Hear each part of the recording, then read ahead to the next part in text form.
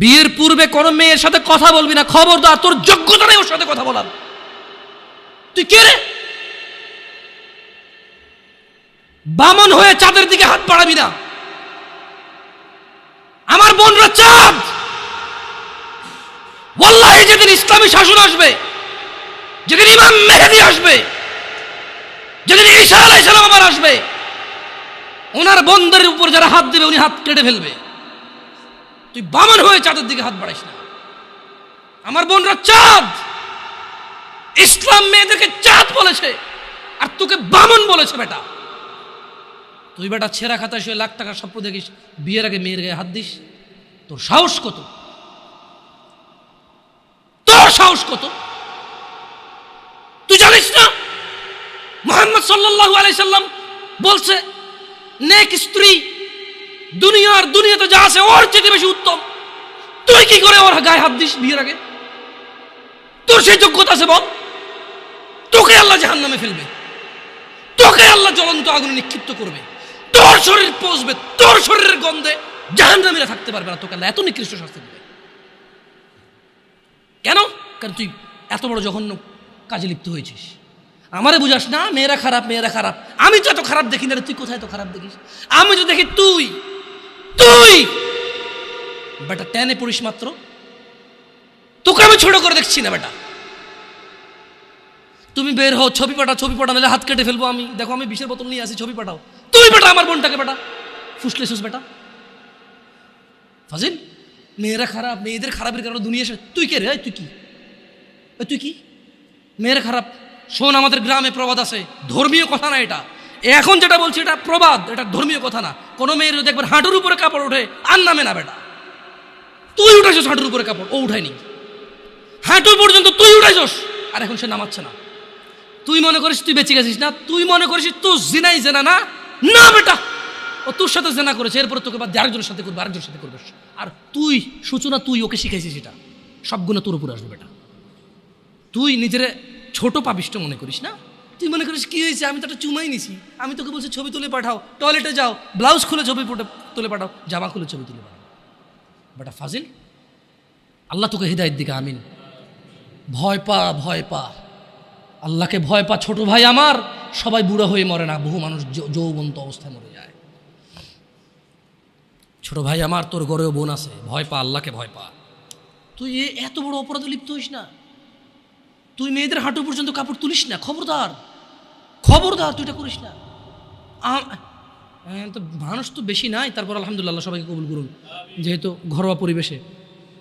বলেন তো কোনো মেয়ে, আপনার বয়স তখন 16 বছর ছিল আর কি, আচ্ছা যান, কোনো একটা 14 থেকে 18 বছরের মেয়ে আপনাকে বলছে চলো আমরা একসাথে থাকি, বলেন 1 লাখ একটা পাবি না, 1 লাখ। আমি বলে দিচ্ছি, চ্যালেঞ্জ হলে আসিও, তুমি প্রমাণ করে দিও, যাও।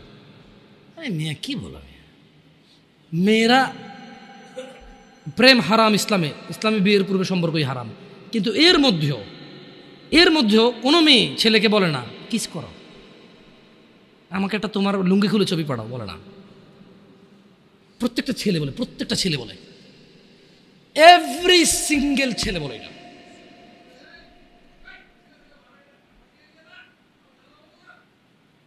কি ও আচ্ছা, ঠিক আছে, বন্ধ কর, জানালা না, মানুষকে কষ্ট দিন না, জানালা বন্ধ করে দেন। আপনার সাউন্ডটা আরও একটু করিয়েন, কেমন? মানুষজন যাতে কষ্ট না পায়, কেমন? কারণ সবাই বাধ্য না তো। না ঠিক আছে, না জানালাগুলো বন্ধ করে দেন, মানুষ যাতে কষ্ট না পায়, কারণ সবাই তো বাধ্য না। আর সাউন্ড সিস্টেমটাকে আরও তাহলে কী করবেন, মানে এরপরের হালাকা না, নিচে আপনি মাইক লাগাবেন, মাইকের সাউন্ড লিমিট করবেন। আপনি দেখেন, এটা তো টেকনোলজিক্যাল ব্যাপার, রাইট? আমি আপনাদেরকে অনুরোধ করবো, এরপরে আরও অনেকেই আসবে, রাইট? প্রতি মাসেই হয়তো আসে। আপনাদের যেখানে যারা বসে সংশ্লিষ্ট ওই এরিয়াতে যাতে সাউন্ডটা সীমাবদ্ধ থাকে। নিচতলায় তো আর এখানকার সাউন্ড যাবে না, নিচতলায় আলাদা একটা সাউন্ড ওই যে লাগাই দেন, মাইক্রোফোন লাগাই দেন, মানে স্পিকার, সরি, নিচতলায় কি আর একটা, আর মাটিতে বাড়ি দিলে কে চেতে ওঠে, ওটা তো হয়। যাই হোক, তো তোমরা এই অন্যায়টা করবা না। আর যদি তোমাদের মনে হয় যে না, তোমাদেরকে কোনো 16 বছরের 17 বছরের যুবতী মেয়ে বলছে যে মানে আজে বাজে অফার করছে, আমাকে বলিও। আমার ফেসবুক আইডি তো জানাই আছে না, আমাকে বলে ভাই ভাই ভাই এক আজব ঘটনা ঘটে গেছে ভাই, 16 বছরের মেয়ে আমাকে বলতেছে আজে বাজে কথা। না, কাঁটা দিয়ে কাঁটা তোলা লাগে সবাই বলে, কিন্তু কাঁটা দিয়ে কাঁটা তোলা যায় না।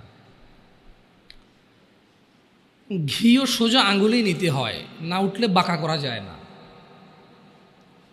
বাঁকা করলে উঠবে, কিন্তু অন্যায় করতে হবে। মানে সোজা আঙুলে ঘি উঠে না, বাঁকা করতে হয়। যারা বলে তারা কিন্তু বাঁকা মানে আঙুলটাকে বাঁকা করবে বলে না, পদ্ধতি চেঞ্জ করবে বলে। তো আমার মনে হয় কিছু জিনিস পরিবর্তন হওয়া উচিত।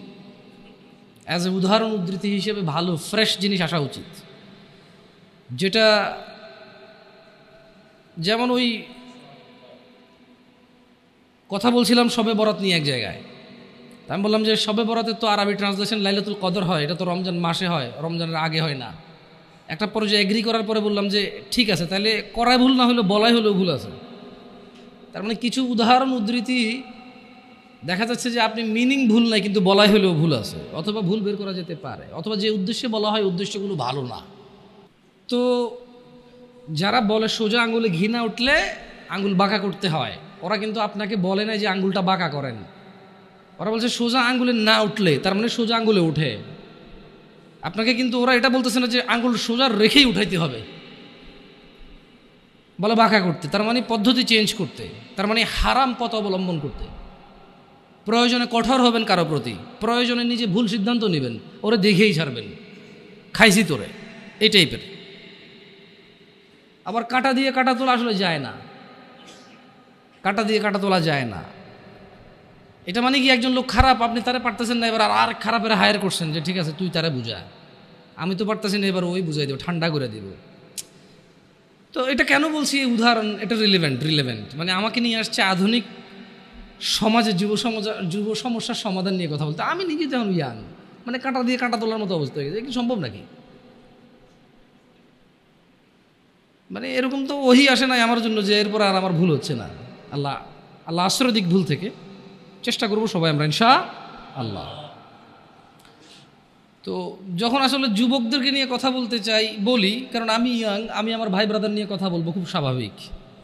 আমি আমার ভাই এবং বোনদের বুঝি, হয়তো অতটা না, অল্প কিছু কিছু, সব না। তো এটা অনেকেই বোঝে, হয়তো আমাকে আল্লাহ বলার তৌফিক দিছে, আপনাকে আল্লাহ বলার শোনার তৌফিক দিছে, এটা আমাদের মধ্যে ম্যাচ করছে।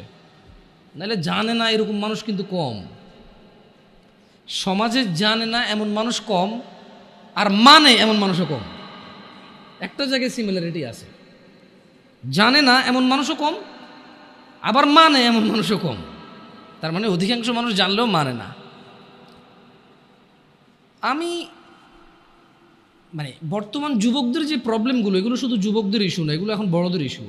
আপনি জানা বলেন, নেশা বলেন, এক লোক 20 বছর বয়সে সিগারেট খায়, সে 50 বছরও খায়। তো এটা আসলে কি যুবকের সমস্যা বলবেন না বৃদ্ধের সমস্যা বলবেন? It's a human problem actually.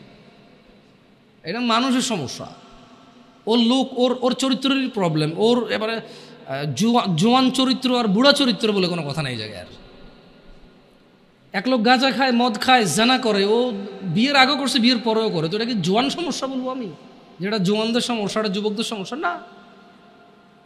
তাহলে ভাবিরা যে অপকর্মে লিপ্ত হয়, ভাবি কখন হয়? যখন কারো বিয়ে হয় তখন সে ভাবি হয়। বিয়ের আগে কেউ ভাবি হয় নাকি?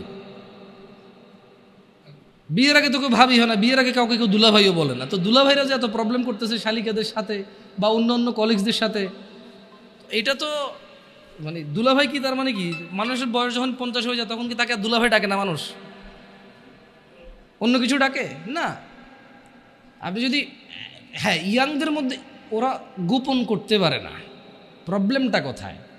প্রবলেম হচ্ছে 30 বছরের এক লোক মহিলার সাথে শুয়ে সমস্ত সম্পদ ব্যয় করে দিতে রাজি, যাতে কেউ না জানে।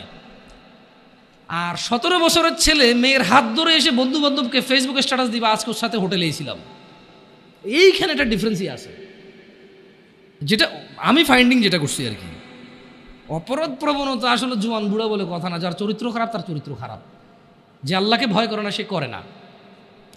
প্রবলেম হচ্ছে 35 বছরের ছেলে তার কলিগের সাথে অবৈধ সম্পর্ক, মহিলার সাথে অবৈধ সম্পর্ক লিপ্ত হয় এবং সে প্রয়োজনে এখানে চাকরি ছেড়ে দেবে, জমি বিক্রি করে ফেলবে, এটা যাতে কেউ না জানে, তাহলে কেন তার সংসার ভাঙবে? আর 15 বছর একটা ছেলে যাতে তার প্রেমিকার অন্য কোথাও বিয়ে না হয়, সে মিশা মিশা বলে ওই তো আমার সাথে ছিল ভাই 7 বছর থেকে সম্পর্ক, আপনি কি কোন বিয়ে করবেন ওরে, ওর পর থেকে সরে দাঁড়াও আমার প্রেমিকা। সো একজন জিনা করে ক্লেম করে, যতটুক করে এর থেকে বাড়াই বলে, কেন? যাতে ওর সিকিউরিটি হয়, এ মেয়ের যাতে অন্য কেউ বিয়ে না করে ওই বিয়ে করে। আরেকজন জেনা করে প্রয়োজনের সম্পদ এখানে কোরবান করে দেবে, কেন? কারণ যদি কেউ শুনে তাহলে ওর সংসার ভেঙে যাবে, মানে বিয়ে যেটা সেটা ভেঙে যাবে। দুইজনের সাইকোলজি দুই রকম, এই একটা পার্থক্য আমি দেখছি। আদারওয়াইজ বুড়া জোয়ান কেউ পিছায় নাই আর জানাবে বিচারে, কেমন?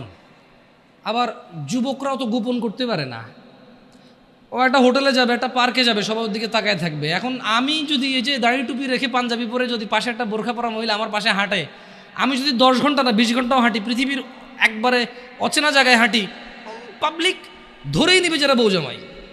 এখন প্রবলেম হচ্ছে 16-17 বছরের যুবক, গায়ে স্কুল মাদ্রাসার ইউনিফর্ম, মহিলা এবার বোরখানা যদি বস্তা গায়ে দিয়েও থাকে লাভ নাই, পাবলিক বুঝে এরা কারারে কেন হাঁটতেছে এই জায়গায়। এই কিছু প্রবলেম ফাইন্ডিংস হয় ইজিলি, কেমন?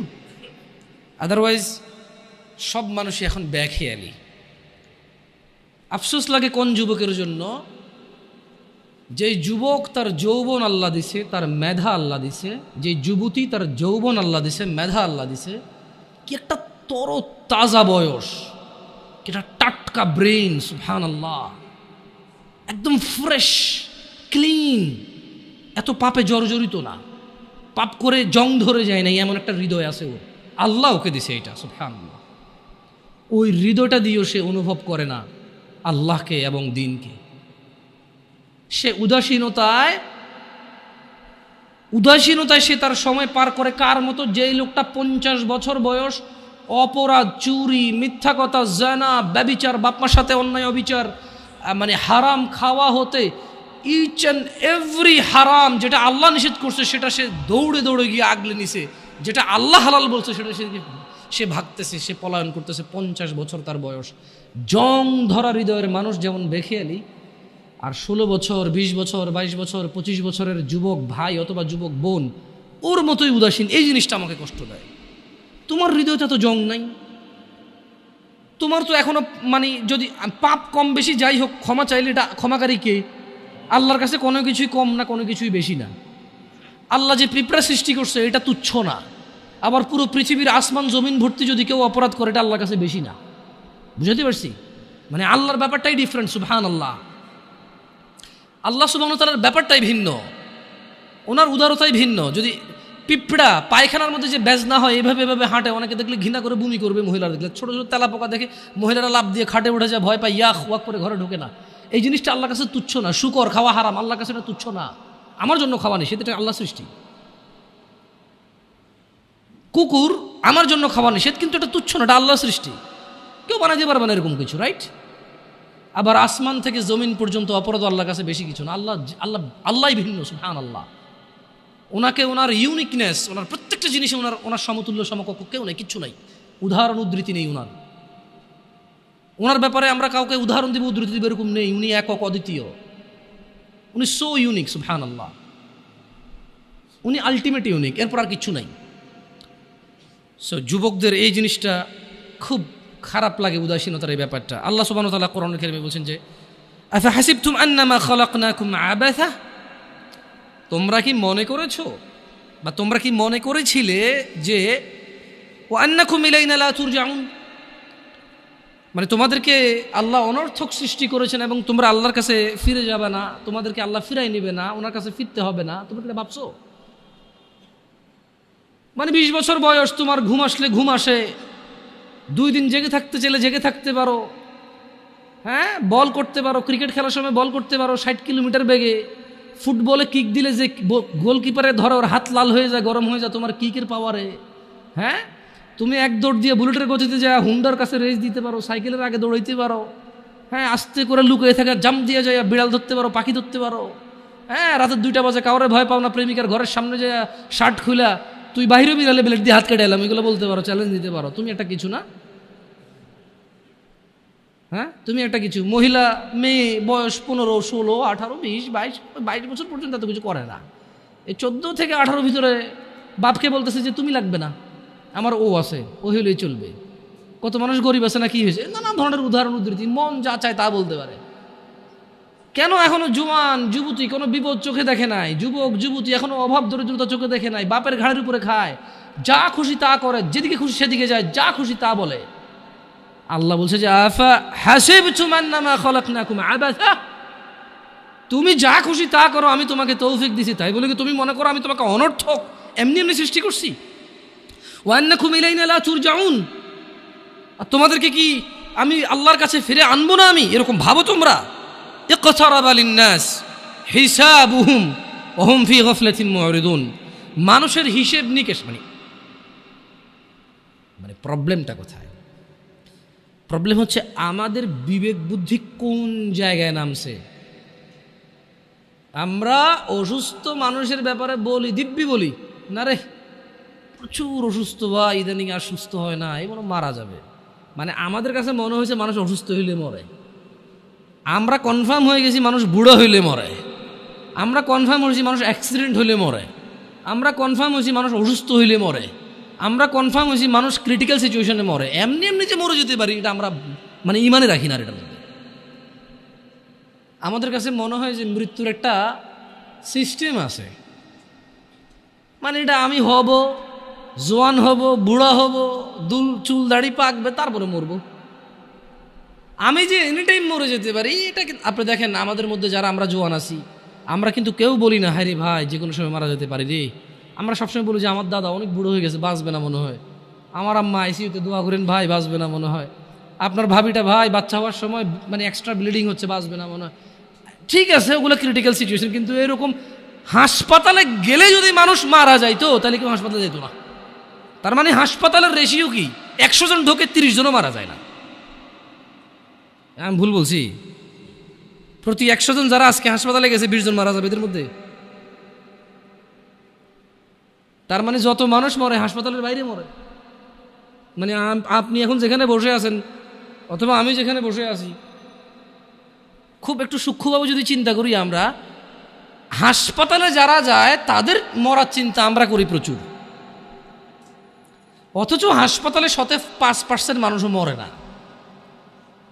একজন ডাক্তার 1 মিনিটের রুগী দেখে, আমি চিনি লাকসাম উপজেলায়, নাম বললাম না, তার শিশু ডাক্তার, আমার ছোট ভাইকে দেখাইতে নিয়ে গেছি, 112 নম্বর সিরিয়াল চলতেছে আমার, বললাম আসছে কবে, কয় আসর, এখন এসার আগে 111 জন দেখে ফেলছে, আমরা 12তম ঢুকছি।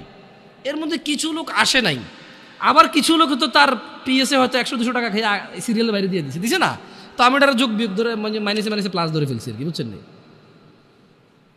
আমি চিন্তা করলাম যে সে তো 140 মানে 100 সর্বোচ্চ 160 থেকে 70 মিনিটে সে 112-13 জন রুগী দেখে ফেলছে। তো ওর যদি গড় রেশিও করে 1000 তো 2 জন মরতেছে না ওইখানে হাসপাতালে। একটা বিশাল হাসপাতাল, ভর্তি হইতে পারে রুগী 100 জন 150 জন, ওখানে কি ডেইলি 20 জন মারা যায়?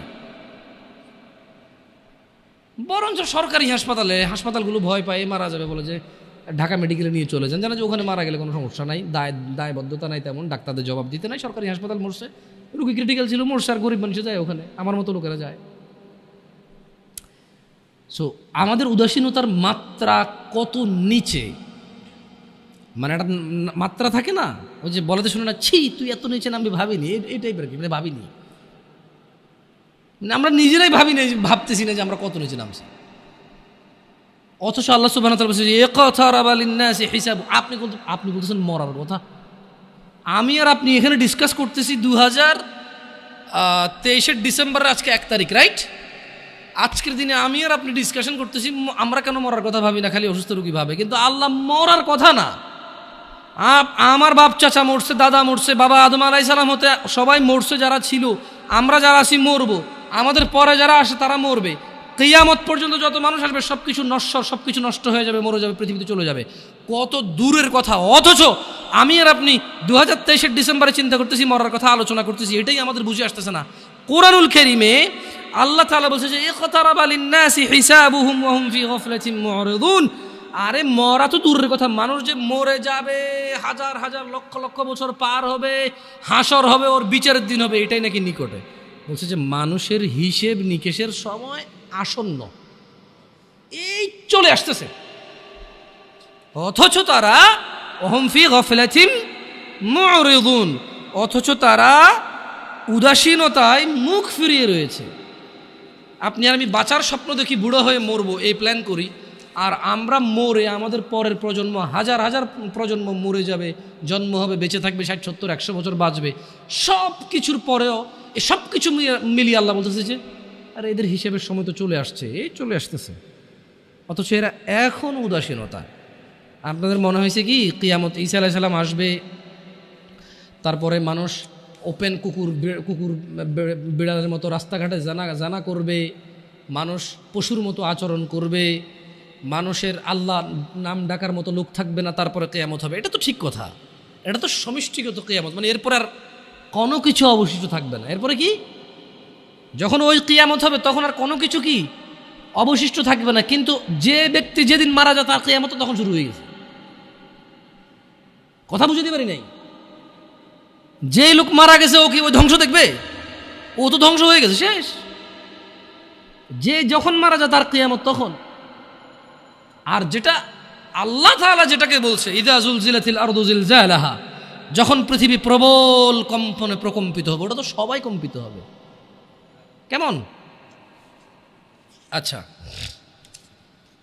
তো যুবকদের বা যুবতীদের উদাসীনতার মাত্রা এত নিচে যে শুধু বড়রা মুরব্বীরাই মরবে, ওরা মরবে এটা মনে করে না।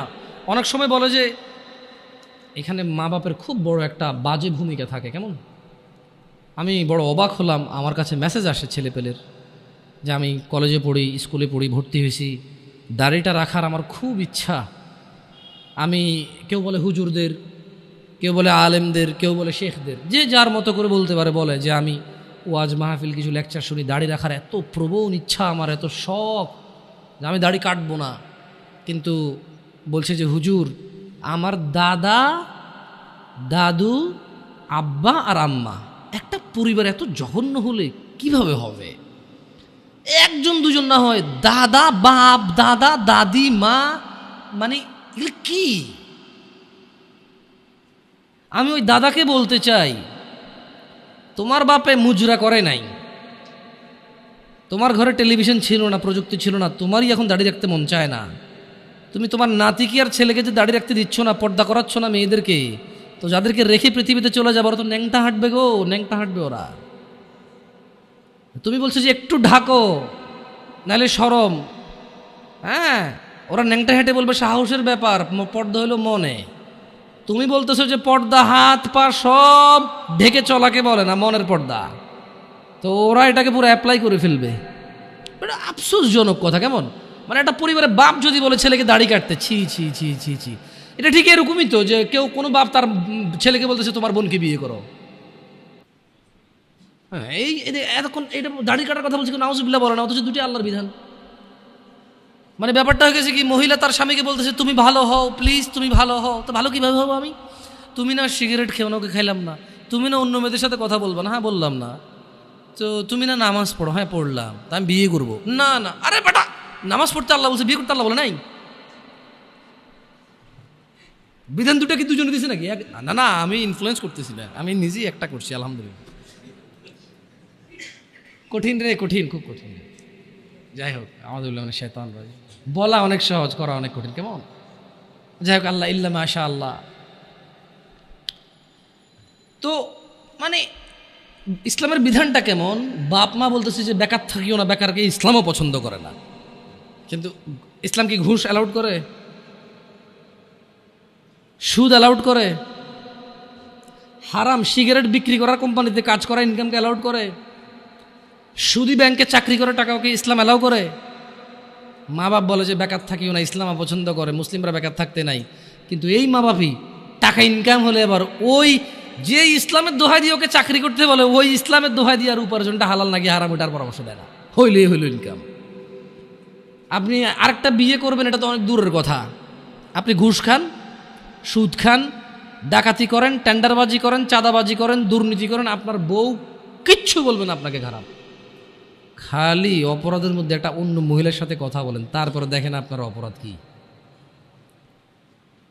আপনি ঘুষ খান, জুয়া খেলেন, মানে আপনি না, নেশাটাকে ওরা অপরাধ হিসাবে রাখে, কারণ নেশা খায় ঘুষাঘুষি লাগে যায় তো প্রবলেম, আবার টাকা নষ্ট হয় তো, বোঝেন নাই? মহিলা বড় ভিন্ন জিনিস, সুবহানাল্লাহ। আমি মহিলাদের চরিত্রে হতবাক হই, আমি মহিলাদের চরিত্রে হতবাক হই, নির্বাক হই। কিভাবে? যে ও ঘুষ, দুর্নীতি, চাঁদাবাজি, টেন্ডারবাজি, মিথ্যা কথা, মারামারি, কোনো কিছুকে স্বামীর বদনাম মনে করে না। অপরাধের মধ্যে নেশাটা করলে এবং অন্য মহিলার সাথে কথা বললে এই তার আর সহ্য হয় না, কারণ এটা তার রিলেটেড। নেশা করলে তার হক নষ্ট হয়, অন্য মহিলার সাথে কথা বললে সে মনে করে তার হক নষ্ট হয়। আরে আপনি বলতেছেন অন্য মহিলা, আপনি আরেক বিয়ে করবেন বললে সে মনে করে তার হক কমে যাচ্ছে। আমি একবার একজনকে বললাম, আমাকে বলল যে না না, আমি আবার মহিলাদের সাথে কথা বলি না, এটা আপনারা চেক করি না, আমার ফেসবুকে মেসেজ দিয়ে চেক করি, আমি রিপ্লাইও দিই না। প্রশ্ন পড়ি, প্রশ্ন যেটা খুব ক্রিটিক্যাল মনে হয় রিপ্লাই করি, তাও লিখে। কথা বলবো, ভয়েস মেসেজ এগুলো অ্যালাউড করি না। কেমন আমার বেতন লিখে যান, উত্তর পারলে দিব, নাহলে ইগনোর করে দিছি, শেষ। তো বলছে যে আচ্ছা হুজুর, আমার স্বামী আরেক বিবাহ করবে, তো আচ্ছা এরকম কমপ্লেন কি 60 বছরের মহিলা দেয়, 40 বছরের মহিলা দেয়? এই জোয়ান মহিলা, জোয়ান পুরুষদেরই ঘটনা। এই মাত্র দাড়ি টাড়ি রাখছে, একটু কোরআন পড়তেছে, বিয়ে অর্ধেক দিন, হ্যাঁ একটু আগে 4-5টা গার্লফ্রেন্ড ছিল আর কি, এখন সে একটু দিনে চলে আসছে না, দিনে চলে আসছে। 4-5টা গার্লফ্রেন্ড ছিল, এখন 1 লাখ বউনি থাকতে ইসলাম তো বিয়ে অ্যালাউডই করছে। এখন সে বিয়ে করছে 3 বছর, আরেক বিয়ে করার জন্য পাগল হয়ে গেছে 1.5 বছর থেকে। মানে তার প্রথম বিয়ের বয়সে 3 বছর, 1.5 বছর থেকে ঝগড়া চলতেছে, করে আরেক বিয়ে লয়ে। বোঝেন, ওই ক্যাটাগরির কিছু সিচুয়েশন আছে। তো মহিলা বলছে যে মানে দিনী বোন বলছে যে লিখছে আর কি। তো আমি মনে হয় 15 বা 20 দিন পরে মেসেজ ওপেন করে দেখলাম যে, বলি হ্যাঁ লম্বা এক চিঠি। প্রথম কথা এত লম্বা লিখলে আমি ইগনোর করে পড়ি না, আমি কিন্তু কে পড়বে এটা। তো তারপরও আল্লাহর ওয়াস্তে পড়তে বলেছে, আমি লিখেছি যে আল্লাহর ওয়াস্তে বলা ঠিক না, আপনি এটা বলবেন না কখনো, কেমন কাউকে বলবেন না। তো ঠিক আছে, পড়তেছি, এক পর্যায়ে বললো যে আমার স্বামী আরেক বিবাহ করতে চায়। তা আমি বললাম আল্লাহ তাকে এই অধিকার দিছে, করতেই পারে, হোয়াট ইজ ইউর প্রবলেম? তো সে রিপ্লাই দিল যে না হুজুর, ব্যাপার হচ্ছে আমি এখন একা, আমারই হক ঠিকভাবে আদায় করতে পারে না, সে যদি আরেক বিবাহ করে তাহলে আমার হক কি কমে যাবে না? আমি বললাম কীভাবে? বলো যে ইসলাম তো ইনসাফ হিসেবে বলছে এই বউর কাছে যা থাকবে এই বউর কাছে তা থাকবে, তাহলে আমারটা ভাগ হয়ে অর্ধেক হয়ে গেল না, কমে গেল না? আমি বললাম তাহলে আপনারা ভাই বোন কয়জন? 3-4 জন। আমি বললাম তো আপনার আব্বার যখন প্রথম ছেলে হয়েছে, ওই ছেলে তো বলা ছিল আব্বা আরেকটা পোলা হওয়া মানে আমার জমিতে ভাগ হওয়া, খবরদার। সিম্পল কথা না? স্বামী যখন 2 বিয়ে করে বউর হক ভাগ হয়ে যায়, অর্ধেক হয়ে যায়, এটা জুলুম। তাহলে কোনো মা বাপের উচিত না একটার বেশি সন্তান নেওয়া, কারণ যত সন্তান তত ভাগ। যে যারা এগুলা মানে ইয়াংদের মধ্যে প্রবলেমগুলো বেশি আছে, তো তাহলে তো দিনী বোন তখন তো চিন্তা করা উচিত যে আমি তো পৃথিবীতে আসতে পারতাম না, আমার মা বাপ যদি চিন্তা করতো বাচ্চা একটা হয়েছে আরেকটা হলে ভাগ হয়ে যাবে জমি, তো আমারই দুনিয়াতে আসার কোনো কায়দাই ছিল না, ঠিক না? আসলে কেউ কারো হক কমাইতে পারে না, বাড়াইতে পারে না। যার জন্য আল্লাহ যা বরাদ্দ করেছে তার উপরে কি করতে হবে? থাকতে হবে। উদাসীনতা থাকা যাবে না। যুবকদের উদাসীনতার মধ্যে ছেলেদের প্রবণতা। আচ্ছা মহিলাদের কথা বললাম, পরে আবার আমি দেখছি কিছু ইউটিউব চ্যানেলে যাওয়ার পরে মহিলারা পুরো খেপে যায়, বলো জন্য একতরফা কথা বলছে। গার্মেন্টস কর্মীদেরকে নিয়ে ছেলেদের খুব বাজে মন্তব্য থাকে, বিশেষ করে তারা রিয়েলিটি জানেও না, তাদের অবজারভেশন ঠিক আছে। প্রশ্ন, আমি মুফতি না, কোনো প্রশ্ন উত্তর নাই এই জায়গায়। আচ্ছা আপনারা জাজ করবেন, এটা আমি আপনাদের অনুরোধ করবো। আপনারা নাহলে ধ্বংস হয়ে যাবেন, আপনাদের উপায় থাকবে না। নাইলে খবরদার যাকে তাকে প্রশ্ন করবেন না। আমি যাকে তাকের মধ্যে পড়ি, মানুষ বলে না যেই সেই, আমি যেই সেই। টুকটা দুটা কথা বলতে পারি, আলহামদুলিল্লাহ, আল্লাহ তা বরকত দান করুন। ডাক্তার নির্বাচনের ক্ষেত্রে কিন্তু 5-7 জনকে জিজ্ঞেস করেন যে কোন ডাক্তারটা ভালো হবে, মেডিসিন নাকি ডেন্টাল নাকি ওই যে কিডনি নাকি অর্থোপেডিক্স, হোয়াট এভার। সো মুসলিমদের উচিত প্রশ্ন যখন তার কোন ক্যাটাগরির প্রশ্ন, এই ক্যাটাগরির প্রশ্নের জন্য কোন আলেমটা ভালো হবে, এভারেজ অ্যান্সার নিয়ে। তালাকের প্রশ্ন যাকে তাকে জিজ্ঞেস করিয়ে না, এটা আমি অনুরোধ করব। আচ্ছা সবাইকে জিজ্ঞেস করেন, আমাকে জিজ্ঞেস করিয়ে না, আমি খুব খুব ক্রিটিক্যাল এইসব অ্যান্সার। সো টাফ, কারণ খুব জিম্মেদারি। বিশেষ করে তালাক এত বাজেভাবে হয় এই দেশে। তালাক দিছে 3বার বলছে, এখন কি 3বার বলছে যে 3বার হয়েছে নাকি হয় নাই এটা কনফিউজ থাকা অবস্থায় বউরে নিয়ে আসে, আরেকবার তালাক দিয়ে দিছে, এরপরে আনতে পারবে কিনা এটা হলো প্রশ্ন। So critical. মানে 3বার তালাক দিয়েছে, বউ জামাই আলাদা হয়ে গেছে, এখন পোলা পানে কান্দে, বাড়িওয়ালা মিলা গ্রামে মিলাই দিয়েছে, এরপরে এখন আবার তালাক হয়েছে, এখন আগের বারে যে আসছে ওটা ঠিক আছে কিনা এটা নিয়ে প্রশ্ন। এখন তো তালাক তারা কনফার্ম হয়ে গেছে, বুঝতেছে আর কি তারা। কিন্তু প্রশ্ন হলো যে হুজুর তাহলে আগে যে নিয়ে আসছিলাম ওটা কি গুণ হয়েছে? মানে প্রশ্ন এখন এরকম হয়ে গেছে, বউ জামাই তালাক হয়ে গেছে 5 বছর, যা একটা বাচ্চা হয়েছে আর কি, মাঝে মধ্যে আসতো। বউ জামাই তালাক হয়েছে 5 বছর, বউরও বিয়ে হয় নাই কোথাও, জামাইও বিয়ে করে নাই, এখন এটা আবার বিয়ে করতে চাচ্ছে, মানে আবার নাকি বিয়ে করবে এরা। তো তুই বিয়ে করবি কেন আবার? তো বিয়ে থাকার কথা, যদি বিয়ে না থাকে তাহলে তো আর করার সুযোগ নেই।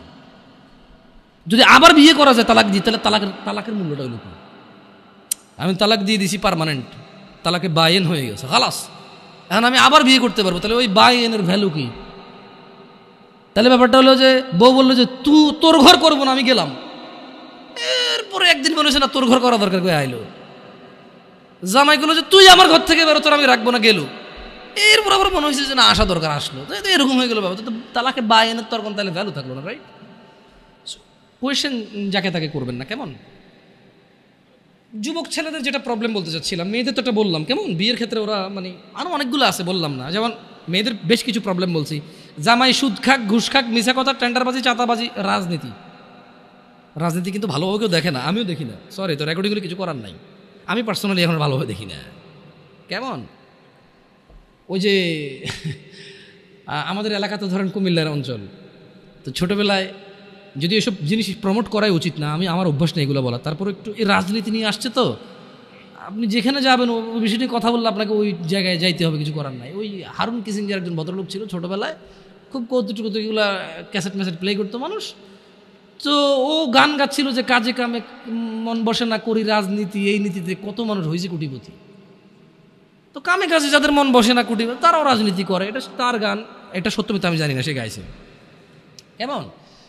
তো ছেলেদের একটা বিশাল বড় প্রবলেম হচ্ছে কি, দায়িত্বহীনতা, উদাসীনতার সবচাইতে খারাপ সিচুয়েশনটা ওদের ভিতরে সবচাইতে বেশি দেখা যায়, দায়িত্বহীনতা। ইভেন যুবককে যদি তার মা বলে 1 কেজি চাল নিয়ে আসো, সে বলছে পারবো না, ভাইকে পাঠাও, অমুককে পাঠাও। আমি সর্বনিম্নটা দিয়ে বললাম আপনাকে, শহরে তো আপনারা অনলাইনে অর্ডার করেন, এই করেন সেই করেন, গ্রামের কথা বললাম আপনাকে।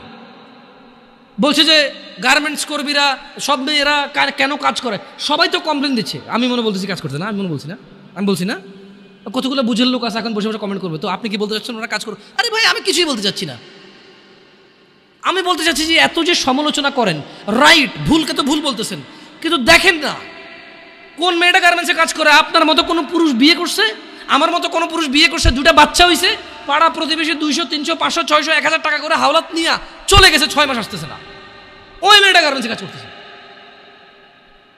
মা বলতেছে তুই মরস না কা, তোর বিয়ে দিছে, তোর ঘর টিকলো না, দুনিয়ার আর সবাই জামাইয়ের ঘর করতেছে না। এখন যে জায়গায় বিয়ে দিছে ওই ছেলে মদ খায়, গাঁজা খায়, জুয়া খেলে, কাজ করে না, ঋণ করে চলে, ওটা ডেলি রাত্রে এসে মারে মেয়েকে।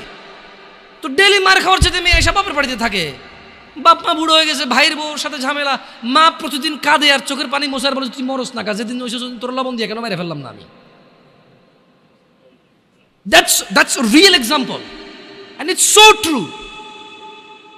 আপনি হয়তো একটা ফ্ল্যাটে থাকেন, একটা গাড়ি আছে আপনার, অথবা গাড়ি নেই বাপের, আপনার 60,000 টাকা বেতনের চাকরি আছে, আপনি বোঝেন না এটা, বাট দিস ইজ রিয়েলিটি। আমি বলবো না যে গার্মেন্টসে সবাই এরকম না, গার্মেন্টসে তো 5 লাখ টাকা বেতনের মহিলা আছে চাকরি করে, সে চাকরি করে তার ভিন্ন কারণে, তার স্বামী এসে বলে যে কেন আমি তোমার ইনকাম কেন খাবো, আমি আর্ন করবো এবং আমি ব্যয় করবো। হু আর ইউ? তুমি কি কথা বলার এখানে? আমি কামাবো, খরচ করবো, ব্যয় ডিফারেন্ট থাকে, কেমন থাকে। কিন্তু যাদেরকে বেশি তিরস্কার করি আমরা, আর আপনি খারাপকে কি আমি ভালো বলতে বলছি? যে একটা পুরুষ বলুক তো, ওর বোনকে চালায়, মাকে চালায়, বউকে চালায়, মেয়েকে চালায়, আর ওরা গার্মেন্টসে যা কাজ করতে চায়। পৃথিবীর কোন মানুষ কাজ করতে চায়? শোনেন, এখন তো ছোট, আপনারা বুঝতেছেন না, যেদিন চাকরিতে ঢুকবেন ওই দিন আপনি অনুভব করবেন যে পৃথিবীর কোনো মানুষ যদি কোনো অপশন থাকে যে চাকরি না করে খাইয়া পরে বাঁচে থাকা যাবে, ও চাকরি করবে না। ও বলবো যে আমি গাড়ি চালাবো না, বাট আমি চাকরি করবো না, আমি এমনি বেঁচে থাকবো খাইয়ে পড়ে।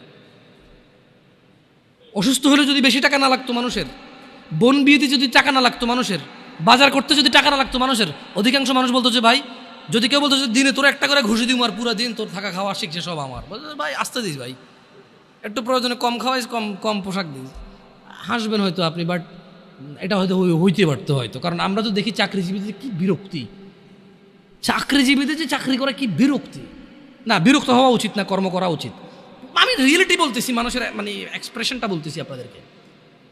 তো ছেলেদের উদাসীনতা না হলে মেয়েরা কেন মানে আপনি একদিকে বলতেছেন যে এটা, আরেকদিকে দোষটা কার? দোষটা কি ওই মেয়ের যে কাজ করে? না, ওরও আছে। কিন্তু আসলে কত নিরুপায় মানুষ আছে, আপনি কথা না বললে বুঝবেন না ভাই, বিশ্বাস করেন, কথা না বললে বুঝবেন না। না, ও হয়তো ও আল্লাহকে ভয় করলে আল্লাহর জন্য ভালো রাস্তা দিত, ও তো আল্লাহকে ভয় করে না। জানা, ব্যভিচার, মানে গার্মেন্টসে যাওয়ার আগেও তো খুব একটা ভালো চলাফেরা করছে তা না। আপনি গার্মেন্টস কেন বলবেন? আপনি ধরেন না একবারে কোনো বড় কোনো একবারে ধরেন কিছু একটা বিশাল আয়োজন, ওটাই হোক না হোয়াট এভার। কিন্তু বাপরে, এরা জানি আবার টাইটেল জানি যে নারী কি উন্নয়নে বাধা দিচ্ছি আমি। না না না না, ওগুলো বলতেছি না। আমি নারীদের পক্ষে বলতেছি যে বোন, তোমার কষ্ট আমি অনুধাবন করতেছি, আমি তোমার কষ্ট অনুধাবন করি যে তুমি কোন দুঃখে তুমি 12,000 টাকার জন্য রাস্তায় নেমে তুমি আন্দোলন করো। কারণ তোমার ঘরে থাকা স্বামীটা এতটাই অযোগ্য, তোমার ঘরে থাকা ভাইটা এতটাই বেখেয়ালি, এতটাই উদাসীন যে তোমার 4,000 টাকা পুরো মাসে তোমার পিছনে খরচ হবে না, সেটা তোমার ভরণ পোষণ নিতে পারে না। সে 8 ঘন্টার জায়গায় 10 ঘন্টা কাজ করতে রাজি নাই, সে দিনে 7 দিন কাজ করতে রাজি নাই। তার বন্ধু বান্ধব লাগবে, তার আড্ডা লাগবে, তার সিগারেট লাগবে, তার মদ লাগবে, তার জুয়া লাগবে, তার ছক্কা লাগবে, তার ক্রিকেট লাগবে, তার ফুটবল লাগবে। এই সবের পিছনে যতটুকু সময় ব্যয় করে, যে কোনো একটা কিছু বাদ দিলে, যারা সিগারেট ধূম পায় তারা শুধু সিগারেটের টাকা দিয়ে বোন চালাইতে পারে।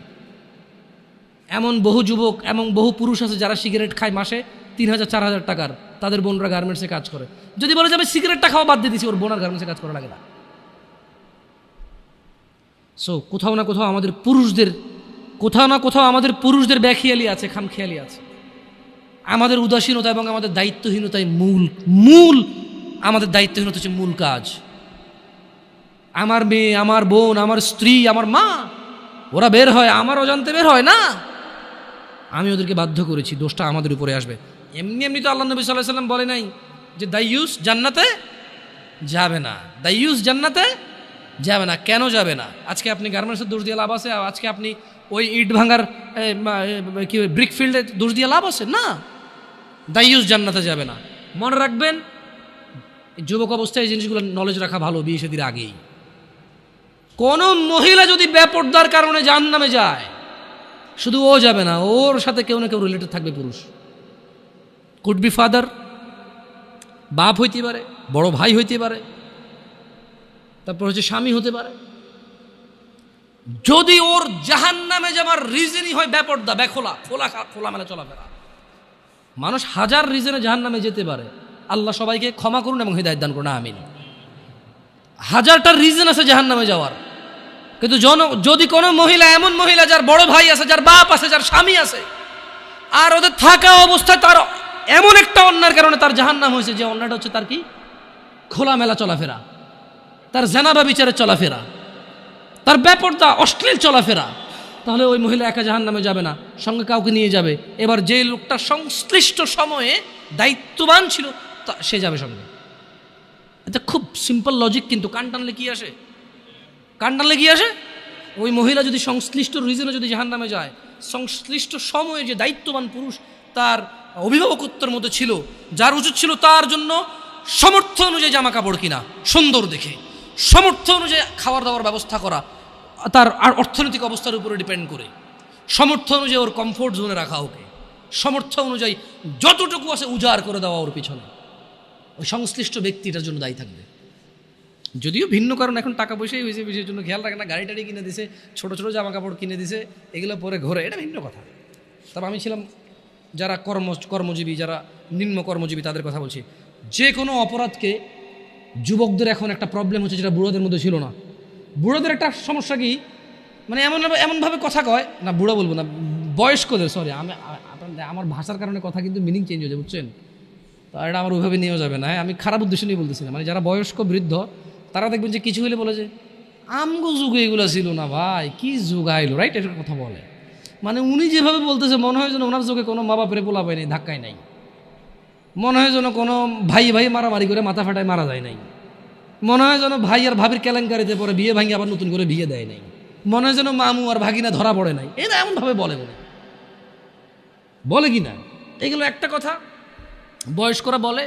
আর জোয়ানরা একটা বিশাল বড় প্রবলেম, যে কোনো প্রবলেমকে সলভ করে ভাই ডিজিটালাইজেশন ভাই, যোগ বুঝছেন, স্পিড, হ্যাঁ গতি ভাই, গতি আলাদা ভাই, আপনি বুঝবেন না ভাই, এখন এটাই ট্রেন্ড, এখন চলেই এমতে। হ্যাঁ মানে জোয়ানদের কথা হচ্ছে ভাই এটা আপনি বুঝবেন না, এখন চলেই এমনি ভাই, ধর ভাই আপনি ভাই আগের কথা কয়ে লাভ আছে ভাই। হ্যাঁ আপনি ওরা যাই বলেন, আপনি বলবো যে আগের কথা কয়ে লাভ আছে। আর বয়স্ক লোক যে অপরাধী দেখে এমন একটা ভাব করে মানুষজন আগে ছিল না, ছিল বাট প্রচার কম হয়েছে, প্রচার কম হয়েছে। আচ্ছা অবশ্য যে কোনো অপরাধ প্রচার হয়ে গেলে অপরাধ বড় অপরাধ, এটাই বাস্তব কথা। দেখেন আউযু বিল্লাহি মিনাশ শাইতানির রাজিম, যে কোনো অপরাধকে আধুনিকতার কথা বলে সে মানে করা যাবে না, ইগনোর করা যাবে না। কেন? বালিল ইনসানু আলা নাফসিহি বাসীরা, আল্লাহ সুবহানাহু ওয়া তাআলা বলছে যে বরং মানুষ নানা অজুহাতের অবতারণা করে। কেমন? ওয়ালাউ আলকা, সরি, বালিল ইনসানু আলা নাফসিহি বাসীরা, বরং মানুষ নিজের সম্পর্কে সে নিজেই সম্যক অবগত। কেমন?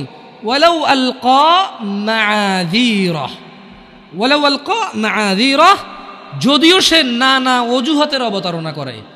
এখন মুরব্বীর অজুহাত হচ্ছে যে কি যুগ আইছে, আর জোয়ানের অজুহাত হচ্ছে যে ভাই যুগ আগেরটা নাই, এখন আর আগের যুগ বাগে খাইছে। জোয়ানের যে কোনো প্রবলেম ও বলে আগের যুগ বাগে খাইছে, আর মুরব্বীর যে কোনো প্রবলেম ও বলে যে আরে কি যৌবনা আইলো। কিন্তু ওই অপরাধ কিন্তু ওনার ছেলেই লিপ্ত, ওনার নাতেই লিপ্ত।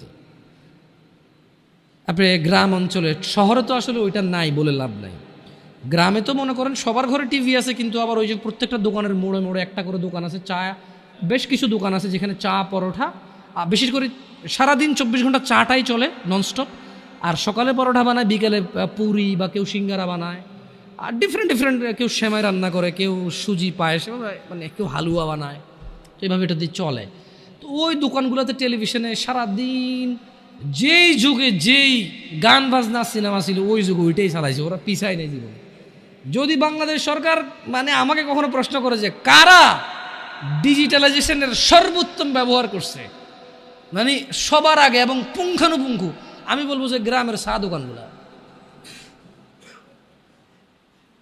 যেই যুগে যেই সিনেমা যতটুক খুইলা মেলা নাচছে, ওই যুগে ওই সিনেমা ওই গান ওগুলোই ওরা চালাইছে ওদের টিভিতে।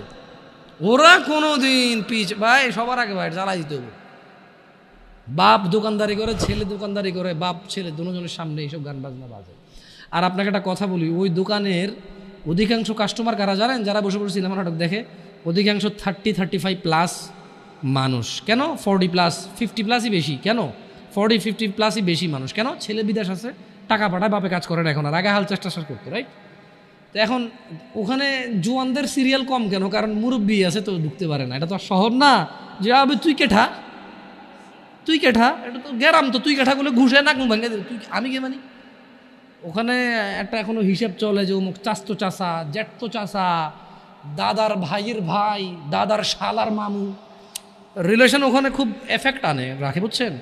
আপনি জোয়ান মানুষ দোকানে ঢুকে কয়ে দেবেন যে ও বসে রয়েছে কেন, ওই বেটা সিগারেট খাইব আর টিভি দেখবো। আর আপনি যখন ঢুকে বসবেন তবু পোলাটা কার রে, তো চরম বেয়াদব হয়েছে। আমগো যুগে তো আমরা মুরব্বী দেখলে জুতো হাত বকুল নিয়ে চলে আসছি, এতে দেখি আমি যে চেয়ারে বই টিভি চাই। জিনিস কিন্তু একটাই, দুজনে চাইতেছে, কিন্তু ও ছোট তো চাইলে সমস্যা, বড়রা চাইলে সমস্যা নাই। এটা কিরকম? ছেলে যখন বাপের সামনে সিগারেট খায়, কত বড় বেয়াদব, আমার সামনে সিগারেট খায়। বাপে যখন ছেলের সামনে সিগারেট খায়, ইটস টোটালি ফাইন। কাজ কয়টা? বাপের জন্য আর ছেলের জন্য কি এক হইল? না, এখন আবার কিছু লোক উদাহরণ দেব। আপনি বাপ্পাটাকে কি এক মনে করেন? তাহলে মায়ের পায়ের নিচে কেন ছেলের জান্নাত? ও ভাই, ওটা তো ঠিক আছে, কিন্তু অপরাধের ক্ষেত্রে তো সবাই সমান। কারণ অপরাধ তো বাপের সাথে করতেছে না, করতেছে কার সাথে? তো এই হলো যে মানে আমাদের ধরেন আধুনিকতা বলে মিথ্যা সান্ত্বনা দিয়ে সব কিছুকে উড়িয়ে দেওয়া। আল্লাহ সুবহানাহু ওয়া তাআলা কোরআনুল কারীমে আপনারা এই ওয়াল আদিয়াতি দবহা সূরাটা বারান কেউ, এই ওয়াল আদিয়াতি দবহা মানে এই সূরার মধ্যে খুব সুন্দর একটা আয়াত আছে। আমি প্রায় যখন মাগরিবের নামাজে এই সূরাটা পড়ি আমার মানে সুবহানাল্লাহ নিজেকে নিজে দাওয়াত দেওয়া হয়, নিজের ব্যাপারে নিজের উদাসীনতাগুলো ধরা পড়ে। কেন? ওখানে আল্লাহ তাআলা বলছে যে আউযু বিল্লাহি মিনাশ শাইতানির রাজীম, ইন্নাল ইনসানা লিরাব্বিহি লাকানুদ, নিশ্চয়ই মানুষ তার রবের প্রতি বড়ই অকৃতজ্ঞ। আল্লাহ স্বীকৃতি দিচ্ছে, আল্লাহ স্টেটমেন্ট দিচ্ছে, আল্লাহ ঘোষণা দিচ্ছে, আল্লাহ জানিয়ে দিচ্ছে মানুষকে মানুষের স্বভাব চরিত্র। ইন্নাল ইনসান, নিশ্চয়ই মানুষ, লিরব্বিহি, তার রবের প্রতি, লাকানুদ, বড়ই অকৃতজ্ঞ। ওয়া ইন্নাহু আলা যালিকা লাশাহীদ, এবং সে যে অকৃতজ্ঞ তার রবের প্রতি এই কর্মে সে নিজেই সাক্ষী। তো অকৃতজ্ঞ অনেকগুলো কারণের মধ্যে ছোট্ট একটা কারণ হিসেবে আল্লাহ বলছে যে ওয়া ইন্নাহু, সে তার রবের প্রতি তো খুব অকৃতজ্ঞ এবং এর জন্য সে নিজেই তার সাক্ষী। সে অকৃতজ্ঞ তো করে ওয়া ইন্নাহু, আর সে ওয়া ইন্নাহু লিহুব্বিল খায়রি লাশাদীদ, আর ধন সম্পদের প্রতি অবশ্যই সে খুব আসক্ত। আফালা ইয়ালাম, সে কি জানে না? ইযা বু'সিরা মা ফিল কুবুর, যখন কবরে যা কিছু আছে সেগুলোকে উত্থান করা হবে, উপস্থিত করা হবে। ইন্নাল ইনসানা লিরাব্বিহি লাকানুদ, নিশ্চয়ই মানুষ তার রবের প্রতি অকৃতজ্ঞ। মহিলা এবং পুরুষ উভয়কে এখানে বলছে। ওয়া ইন্নাহু আলা যালিকা লাশাহীদ, আর নিশ্চয়ই এই কাজে সে নিজেই সাক্ষী। ওয়া ইন্নাহু লিহুব্বিল খায়রি লাশাদীদ, ধন সম্পদ জমিয়ে রাখতে সে খুবই আসক্ত। সে কি জানে না? আফালা ইয়ালাম, সে কি জানে না? ইযা বু'সিরা মা ফিল কুবুর, যখন কবরের ভিতরে যা আছে তা উত্থিত করা হবে। এটা কি সে জানে না? আমরা কি জানি না আমরা মরবো? বাট আমরা তো তখন জানি না। যখন আমরা ধন সম্পদে খুব আসক্ত হয়ে যাই, যখন আমরা ছেলে সন্তানে খুব আসক্ত হয়ে যাই, তখন তো আমরা এটা মাথায় রাখি না। হারাম হালাল, আল্লাহ এবং মানুষের, আমার কাজ আর আল্লাহর কাজ, তখন তো আমরা ইম্পর্টেন্সটা দিতে পারি না। সত্য থেকে বিমুখ হওয়া অন্যতম একটি কারণ যুবকদেরকে বেখেয়ালি করে রেখেছে। আল্লাহ তাআলা কোরআনুল কারীমে বলছেন ওয়ামান আযলামু মিম্মান যুক্কিরা বিআয়াতি রাব্বিহ, আর তার চেয়ে অধিক জালেম কে হতে পারে? বিআয়াতি রাব্বিহ, যাকে তার রবের আয়াত সমূহ সম্পর্কে স্মরণ করিয়ে দেওয়া হয়েছে। ফাআরাদা আনহা ওয়া নাসিয়া মা কদ্দামাত ইয়াদাহ, অতঃপর সে তা থেকে মুখ ফিরিয়ে নিয়েছে, বিমুখ হয়েছে এবং সে ভুলে গিয়েছে। ইন্না জাআলনা আলা কুলুবিহিম আকিন্নাহ আন ইয়াফকাহুহু ওয়া ফি আযানিহিম ওয়াকরাহ ওয়া ইন তাদউহুম ইলাল হুদা ফালান ইয়াহতাদু ইযান আবাদা। আর তার চেয়ে অধিক জালেম কে হতে পারে, যাকে তার রবের আয়াত সমূহ সম্পর্কে স্মরণ করিয়ে দেওয়া হয়েছে, অতঃপর সে তা থেকে মুখ ফিরিয়ে নিয়েছে এবং সে ভুলে গিয়েছে, তার দু হাত পেশ করেছে। নিশ্চয়ই আমরা, আল্লাহ বলছেন, তাদের অন্তরের উপর আবরণ দিয়েছি যেন তারা কোরআন বুঝতে না পারে, এবং তাদের কানে বধিরতাও এঁটে দিয়েছি। আর আপনি ও মুহাম্মদ সাল্লাল্লাহু আলাইহি সাল্লাম তাদেরকে সৎ পথে ডাকলেও তারা কখনো সৎ পথে আসবে না। তার মানে যখন মানুষ জুলুম করে, জুলমের সর্বোচ্চ পর্যায়ে চলে যায়, তখন তার জন্য দুর্ভাগ্য, আল্লাহ তার হৃদয়কে আবরণ দিয়ে ঢেকে দেয়। খবরদার যুবক ভাইরা আমার, জানা ব্যভিচার, গান বাজনা, নেশা, এটাই তো তোমাদের মূল প্রবলেম এখন। আই ডোন্ট নো, আমি জানি না তোমাকে কিভাবে এটাকে রিমুভ করব। ওয়াল্লাহি আমি কোনো মন্ত্র জানি না, আমি কোনো তন্ত্র জানি না। এই পৃথিবীতে কে এমন মন্ত্র জানে, তন্ত্র জানে, তাও আমি জানি না। আমার কাছে এমন কোনো ঔষধ নেই যেটা জাড়িবুটি বা আধুনিক মেডিকেল সায়েন্সের উন্নতিতে তারা এমন কিছু আবিষ্কার করেছে যে বড়ি বা ট্যাবলেট তোমাকে আমি দিব বা সিরাপ দিব তোমাকে আমি, তুমি খাবা, জানা, নেশা, এগুলো থেকে তুমি মুক্ত হবা, আমার জানা নাই। তোমাকে একটাই জিনিস, বোন আমার, তোমার বয়স মাত্র 12, কেন তুমি কারো বিছানায় চলে যাচ্ছ? ওয়াই? তুমি দেখো না তোমার বড় বোন প্রেম করেছে 3টা বিয়ে, কারো সাথে হয়নি? শিক্ষা নাও ওখান থেকে। বোন আমার, তুমি দেখো না তোমার বোনের কি প্রবলেম, তার স্বামীটা আরেক মহিলার সাথে সময় কাটায়, তাকে সময় দেয় না। তুমি যে আরেকজন পুরুষের সাথে সময় দিচ্ছ, ওরও তো স্ত্রী আছে। তোমার বোনের ফ্যামিলির প্রবলেম তো তুমি যার সাথে সময় দাও তারও ফ্যামিলির প্রবলেম। যুবক ভাই আমার, তোমার বোনকে নিয়ে আর পারছ না, তোমার মন চায় তোমার দুলাভাইকে মারতে, বাইন্দা পিটাইতে। কেন? সে তোমার বোনকে কষ্ট দেয়, পরকিয়া করে তোমার বোনের উপর সন্দেহ করে, জুলুম করে। তুমিও তো কারো দুলাভাই, তুমিও তো আরেক মহিলার সাথে সময় কাটাও, তোমার বউকে সময় দাও না, জুলুম করো। তোমার শালারও তো মন চায়, তোমার সম্বন্ধী শ্বশুরও তো মন চায় জামাই বা দুলাভাইয়ের পিটাই ধরে কতক্ষণ। কেন এভাবে বিচার করো না যুবক? বোন আমার, তোমার বয়স মাত্র 14, মাত্র। আহা, তুমি এই বয়সে সিগারেট খাওয়া শুরু করে দিছ, আফসোস বোন আমার। আর তুমি তোমার এই নাজুক, এই মহামূল্যবান, ইজ্জতদার তোমার শরীরকে আল্লাহ কত মূল্যায়ন করছে। তুমি জাহান্নামে গেলে তোমার বাপ জাহান্নামে যাবে, ভাবা যায়? মানে তুমি তোমার বাপের কান, তুমি তোমার ভাইয়ের কান, তুমি তোমার স্বামীর কান, ওরা হলো মাথা।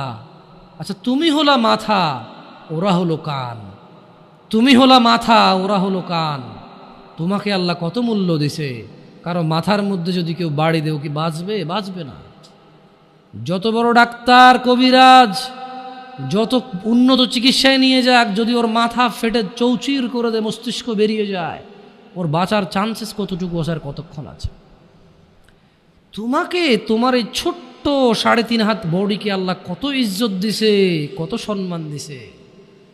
যদি কেউ তোমাকে জোর করে জেনা করে, তাকে, সে যদি বিবাহিত হয়, তাকে জুমা মসজিদের সামনে অথবা মহাসমাবেশে প্রকাশ্যে কোমর পর্যন্ত গেড়ে পাথর মেরে মেরে মেরে ফেলতে হবে। কেন?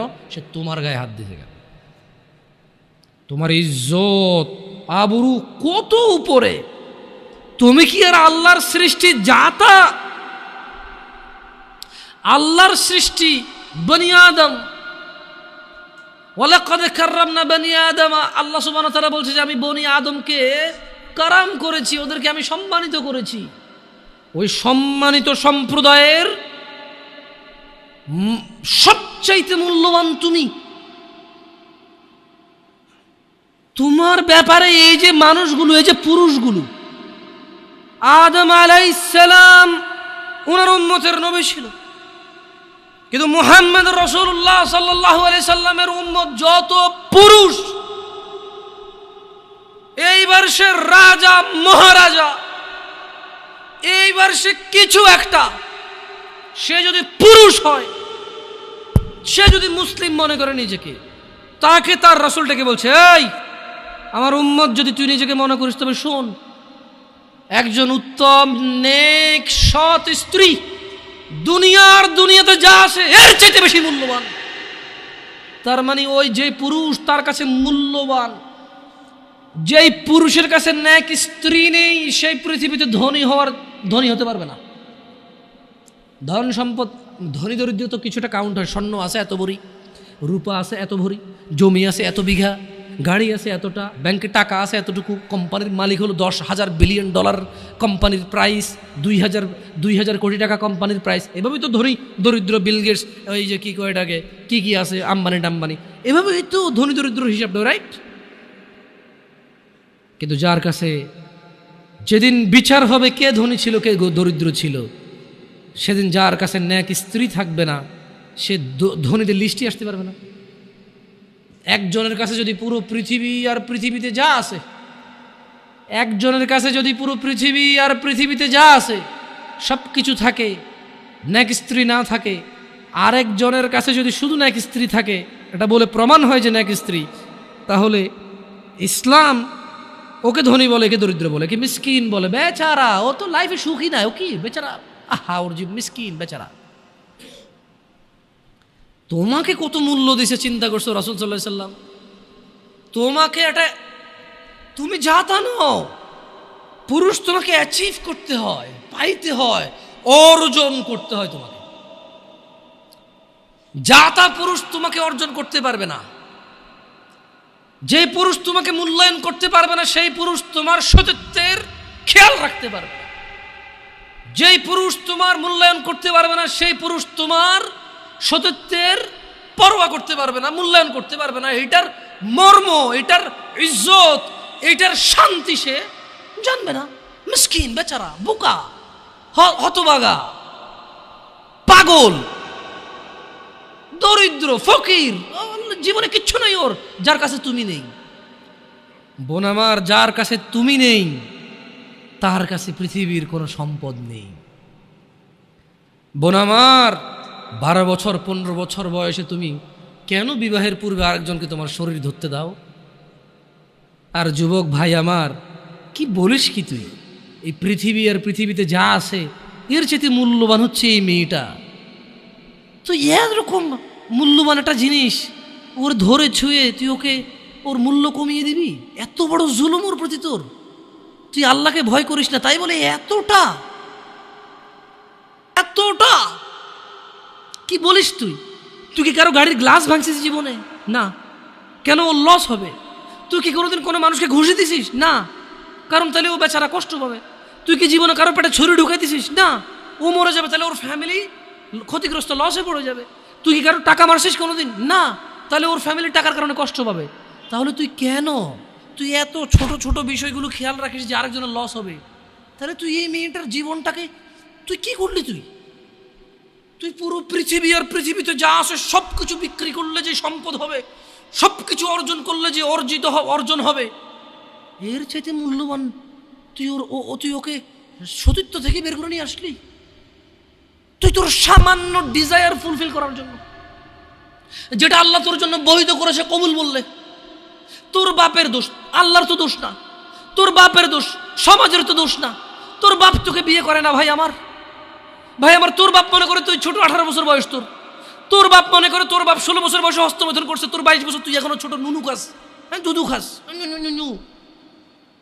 তোর বাপের অজ্ঞতা, ইসলামের দোষ দিবি কেন তুই এটা?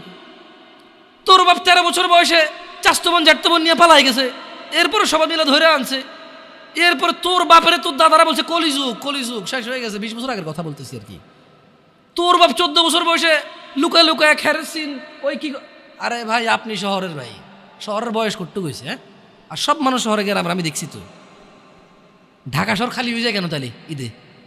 আমারে বলিন না যে আমরা না ঢাকা শহরে থাকি, কিছু বুঝি না। হ্যাঁ, এবার বলবেন না আমাকে, আমি বাংলা পারি না, একটু পারি, এবার বলার দরকার নেই আমাকে। না, আমরা জানি আপনারা সব মানুষই গ্রামের, কারণ ঢাকা শহর ঈদ হলে সব খালি হয়ে যায়, কই যায় এরা?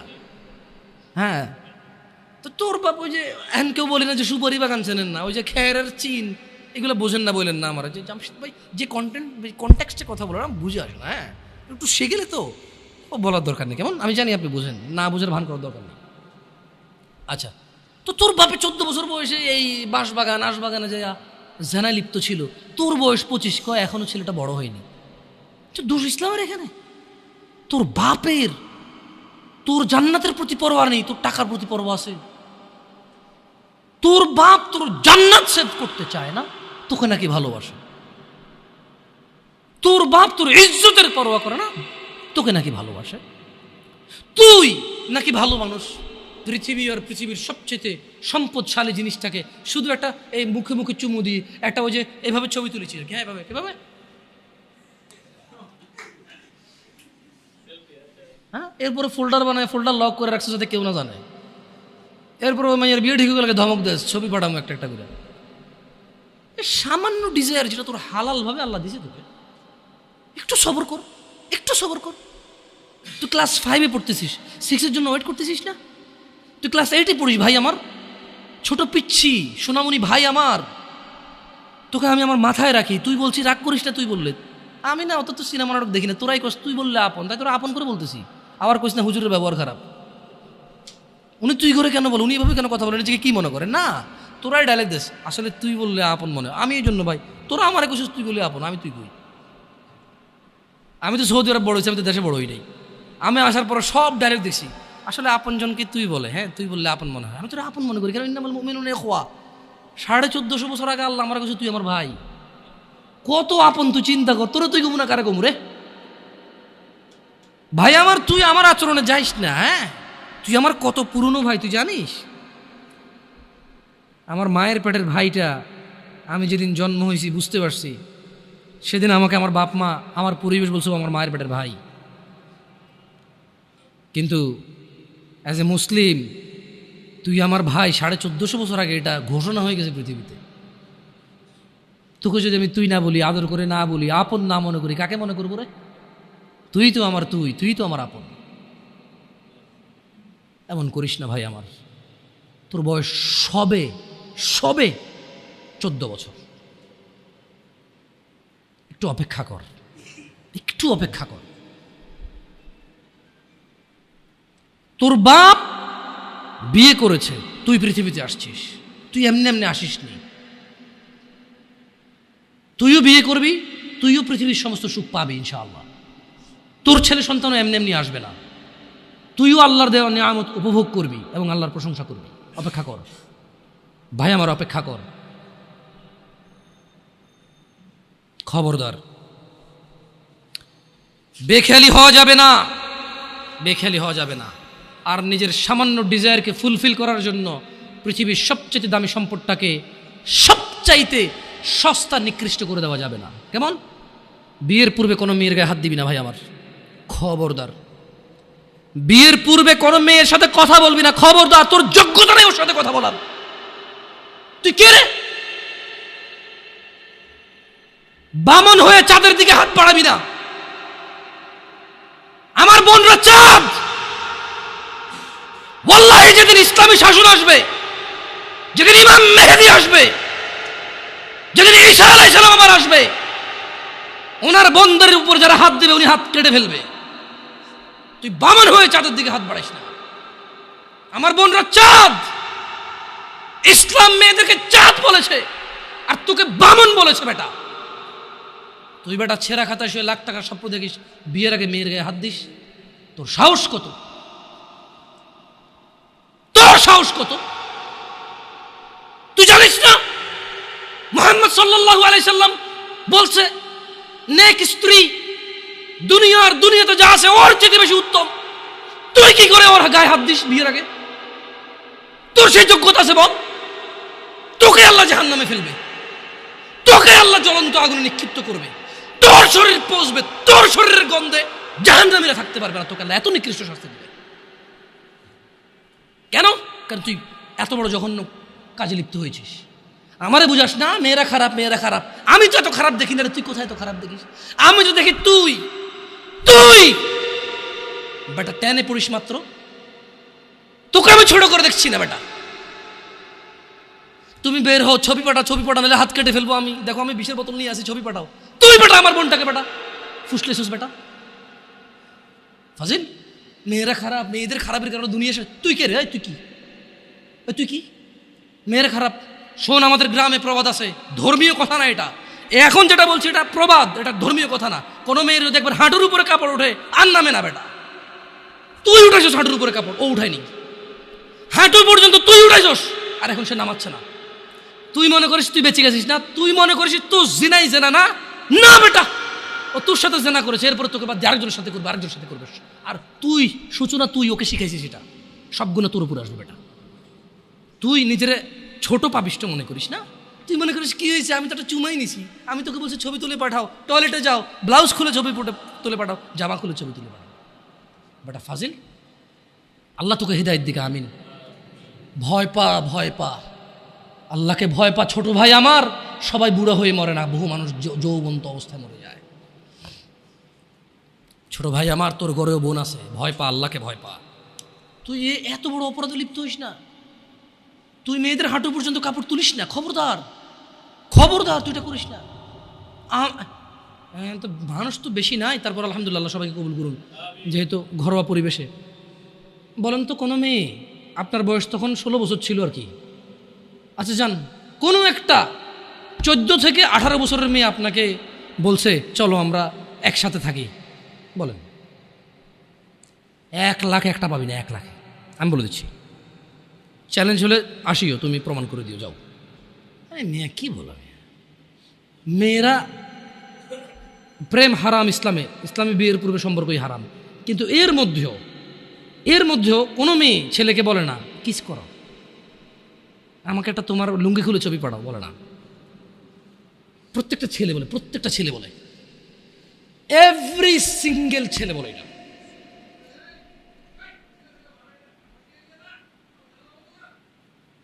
কি ও আচ্ছা আচ্ছা আচ্ছা আচ্ছা, ঠিক আছে, বন্ধ কর, জানালা না, মানুষকে কষ্ট দিন না, জানালা বন্ধ করে দেন। আপনার সাউন্ডটা আরও একটু করিয়েন, কেমন, মানুষজন যাতে কষ্ট না পায়, কেমন, কারণ সবাই বাধ্য না তো, না ঠিক আছে, না জানালাগুলো বন্ধ করে দেন, মানুষ যাতে কষ্ট না পায়, কারণ সবাই তো বাধ্য না। আর সাউন্ড সিস্টেমটাকে আর তাহলে কী করবেন, মানে এরপরের হালাকা না, নিচে আপনি মাইক লাগাবেন, মাইকের সাউন্ড লিমিট করবেন। আপনি দেখেন, এটা তো টেকনোলজিক্যাল ব্যাপার, রাইট? আমি আপনাদেরকে অনুরোধ করবো, এরপরে আরও অনেকেই আসবে, রাইট? প্রতি মাসেই হয়তো আসে। আপনাদের যেখানে যারা বসে, সংশ্লিষ্ট ওই এরিয়াতে যাতে সাউন্ডটা সীমাবদ্ধ থাকে। নিচতলায় তো আর এখানকার সাউন্ড যাবে না, নিচতলায় আলাদা একটা সাউন্ড ওই যে লাগাই দেন, মাইক্রোফোন লাগাই দেন, মানে স্পিকার, সরি, নিচতলায় কি আর একটা, আর মাটিতে বাড়ি দিলে কে চেতে ওঠে, ওটা তো হয়। যাই হোক, তো তোমরা এই অন্যায়টা করবা না। আর যদি তোমাদের মনে হয় যে না, তোমাদেরকে কোনো 16 বছরের 17 বছরের যুবতী মেয়ে বলছে যে মানে আজে বাজে অফার করছে, আমাকে বলিও, আমার ফেসবুক আইডি তো জানাই আছে না, আমাকে বলে ভাই ভাই ভাই এক আজব ঘটনা ঘটে গেছে ভাই, 16 বছরের মেয়ে আমাকে বলতেছে আজে বাজে কথা। না, মনে রাখবা, তোমরা যারা মেয়েদেরকে এত বিচ্ছিরিভাবে ফেসবুকে কমেন্টস করো, না খারাপকে খারাপ বলবো, এটা আমি জানি, খারাপকে খারাপ বলতে হয়, কিন্তু তুমি মনে রাখবা, তোমার মতো আমার মতো কোনো ছেলে দায়ী এটাতে। কারণ আমার মনে হয় না কেউ প্রুভ করতে পারবে যে কোনো বিবাহ হয় নাই এমন মহিলা ছেলেদেরকে আজে বাজে প্রস্তাব দিবে, আমার মনে হয় না। হ্যাঁ, বিবাহের পূর্বে দিতে পারে কারা, যাদেরকে 12 বছর 13 বছর থাকা অবস্থায় তাদেরকে তাদের বয়ফ্রেন্ডরা আজে বাজে পথে নিয়ে চলে গেছে, সেটা ডিফারেন্ট ইস্যু হতে পারে। বাট নর্মালি যে কোনো ছেলে যে কোনো মেয়ের সাথে পরিচয় হলেই কিন্তু আজে বাজে প্রস্তাব দেওয়া শুরু করে। আল্লাহ আমাদেরকে বোঝার তৌফিক দান করুন। আর যুবক ভাইরা আমার, মনের দাসত্ব করা যাবে না। আল্লাহ সুবহানাহু ওয়া তাআলা কোরআনুল কারীমে বলছেন, ওয়ামা উবাররিউ নাফসি, সূরা মানে ইউসুফ আলাইহিস সালামের এই ঘটনাটা আমাদের জন্য খুবই প্রয়োজনীয়। কেন? এখানে আল্লাহ সুবহানাহু ওয়া তাআলা সূরা ইউসুফের মধ্যে ইউসুফ আলাইহিস সালামের একটা তথ্য তুলে দিয়েছেন আমাদেরকে। কি? ওয়ামা উবাররিউ নাফসি, ইউসুফ আলাইহিস সালাম বললেন, আর আমি নিজেকে নির্দোষ মনে করি না। ইউসুফ আলাইহিস সালাম কি বললেন? কি বলছে? ওয়ামা উবাররিউ নাফসি, আর আমি নিজেকে নির্দোষ মনে করি না। ইন্নান নাফসা লাআম্মারাতুন বিসসুই ইল্লা মা রাহিমা রাব্বি ইন্না রাব্বি গফুরুর রহিম। তিনি বলছেন যে আমি ইউসুফ আলাইহিস সালাম নিজেকে নির্দোষ মনে করি না, কেননা নিশ্চয় মানুষের নফস খারাপ কাজের নির্দেশ দিয়েই থাকে। তিনি কেন নিজেকে নির্দোষ মনে করে না? তিনি বলছে কারণ মানুষের যে নফস, যে সেলফ আছে, এটা খারাপ কাজের নির্দেশ দিতেই থাকে, কিন্তু সে নয় ইল্লা মা রাহিমা রব্বি, কিন্তু সে নয় যাকে আমার রব দয়া করেন। তার মানে এই পৃথিবীতে ইউসুফ আলাইহিস সালাম বলতে চাচ্ছেন যে আমি নিজেকে নির্দোষ মনে করি না, তবে ওই লোকটা যাকে আমার রব দয়া করছে, নিশ্চয়ই আমার রব অতীব ক্ষমাশীল। তার মানে যদি আমরা আমাদের হৃদয়কে যদি আমরা চাই যে আমাদের হৃদয় আমাদেরকে জেনার দিকে না ডাকুক, নেশার দিকে না ডাকুক, ব্যভিচারের দিকে না ডাকুক, জুলুম, অত্যাচার, সুদ, ঘুষের দিকে না ডাকুক। যদি এটা আমি চাই, তাহলে আমি আমার রবের দয়া প্রত্যাশী হতে হবে এবং নিজেকে এমন কর্মব্যস্ততায় রাখতে হবে যেই কর্মফলে রব আমার উপর সন্তুষ্ট হয়ে আমাকে দয়া করবে এবং সেই দয়ার বদৌলতে আমার হৃদয় বা আমার নফস আমাকে খারাপ কাজের আদেশ দিতেই থাকবে না।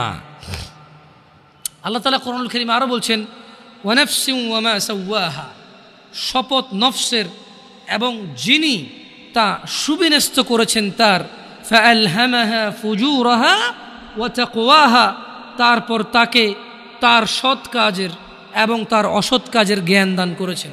একটা জিনিস খেয়াল করে দেখেন, আল্লাহ সুবহানাহু ওয়া তাআলা কি বলছেন, ওয়ানাফসিন ওয়ামা সাওয়াহা। আল্লাহ কসম করতেছে যে শপথ নফসের, মানে যে আমাদের সেলফ আর কি, সেলফ ভিতরে যে আমাদের সেলফটা আছে, নফস আছে, বাংলা কি করে এটাকে? না, নফসের বাংলা হচ্ছে কি আত্মা, না আত্মা না মনে হয়। খের, নফস তো বুঝছেন আপনারা, কঠিন বাংলাটা জানতে হবে কারো থেকে ভালো, যারা ভালো বাংলা গ্রামার বোঝে। তো আল্লাহ তাআলা বলছেন যে শপথ নফসের, তার নফস হচ্ছে কি যে জিনিসটা আমার মানে ব্যক্তি সত্তা, ব্যক্তি সত্তা আর কি, যেটা খুব অপরাধ প্রবণ হয় আর কি ব্যক্তিগতভাবেই। তো তিনি বলছেন যে ফাআলহামাহা ফুজুরাহা ওয়া তাকওয়াহা, শপথ ওই নফসের যেই নফসকে আল্লাহ তাআলা সৎ কাজ এবং অসৎ কাজের জ্ঞান দিয়েছেন। তার মানে আমরা বলতে পারবো না যে আমরা যে অসৎ কাজ করি আমরা নির্দোষ, কারণ আল্লাহ তো এটা আমাদেরকে কি দিছে? জ্ঞান দিছে কোনটা ভালো কোনটা খারাপ। কদ আফলাহা মান যাক্কাহা, সুতরাং সেই সফল কাম হয়েছে যে নিজেকে পবিত্র করেছে। ওয়া কদ খাবা মান দাসসাহা, আর সেই ব্যর্থ হয়েছে যে নিজেকে কুলুষিত করেছে। আল্লাহর সফলতা মানে হচ্ছে যে জান্নাতে গেছে তাকে আল্লাহ সফল বলেছে, যে জাহান্নামে যাবে তাকে আল্লাহ ব্যর্থ বলে। কেমন? এখানে সফলতা মানে পরীক্ষায় পাস না, অধিক উপার্জনের অধিকারী হওয়া, অনেক বেশি রিজিক থাকা, 2-3টা বিয়ে করে ফেলা, গাড়ি বাড়ি থাকা, ভোটে দাঁড়াইয়া পাশ হয়ে যাওয়া, অথবা এলাকার মসজিদের সভাপতি হয়ে যাওয়াকে সফলতা বলে না। আল্লাহ সুবহানাহু ওয়া তাআলা যখন কোনো সফল কাম কাউকে বলে, আল্লাহ এটা মিন করে এবং এটাই মূল উদ্দেশ্য যে সফল মানে হচ্ছে জান্নাতি। সফল মানে কি? যে লোক জান্নাতে যায় নাই সে সফল হয় নাই, যে লোক জাহান্নামে গেছে সে সফল হয় নাই, সে ক্ষতিগ্রস্ত হয়ে গেছে। কেমন? এইটা আমাদেরকে খেয়াল রাখতে হবে আমার ভাইয়েরা। আমাদের নফসের প্রতি আমাদের দুর্বলতা থাকবে, এটা ন্যাচারাল বিষয়। তবে যে হৃদয়কে আল্লাহ ভালো এবং মন্দের জ্ঞান দিয়েছে, এটা দিয়ে যদি আমরা আল্লাহর রহমতের কামনা করি, তাহলে আমাদের এই কুপ্রবৃত্তি থেকে আমাদের রেহাই পাওয়ার কি আছে? সুযোগ আছে। জুয়া একটা সময় ছিল কি মনে হয় এভাবে কার্ড দিয়ে এভাবে যারা খেলতো তাদেরকে জুয়া বলতো মেবি ওইটাই একমাত্র জুয়া বলে মানুষ জানতো, যেখানে মানুষ হয়তো নিঃস্ব হয়ে যেত। কেউ ইভেন কেউ এরকম আছে যে বউ পর্যন্ত দিয়ে দিচ্ছে বাজিতে, যে এরপরে হারলে কি। আসলে বিবেক বুদ্ধি বিকৃত হয়ে যায়। তো আপনি এখন বলতে পারেন যে জামশেদ ভাই কী বলেন, কোনো মানুষ কি তার বউকে আরেকজনকে দিয়ে দেবে জুয়া খেলে? এরকম নিচে নামবে?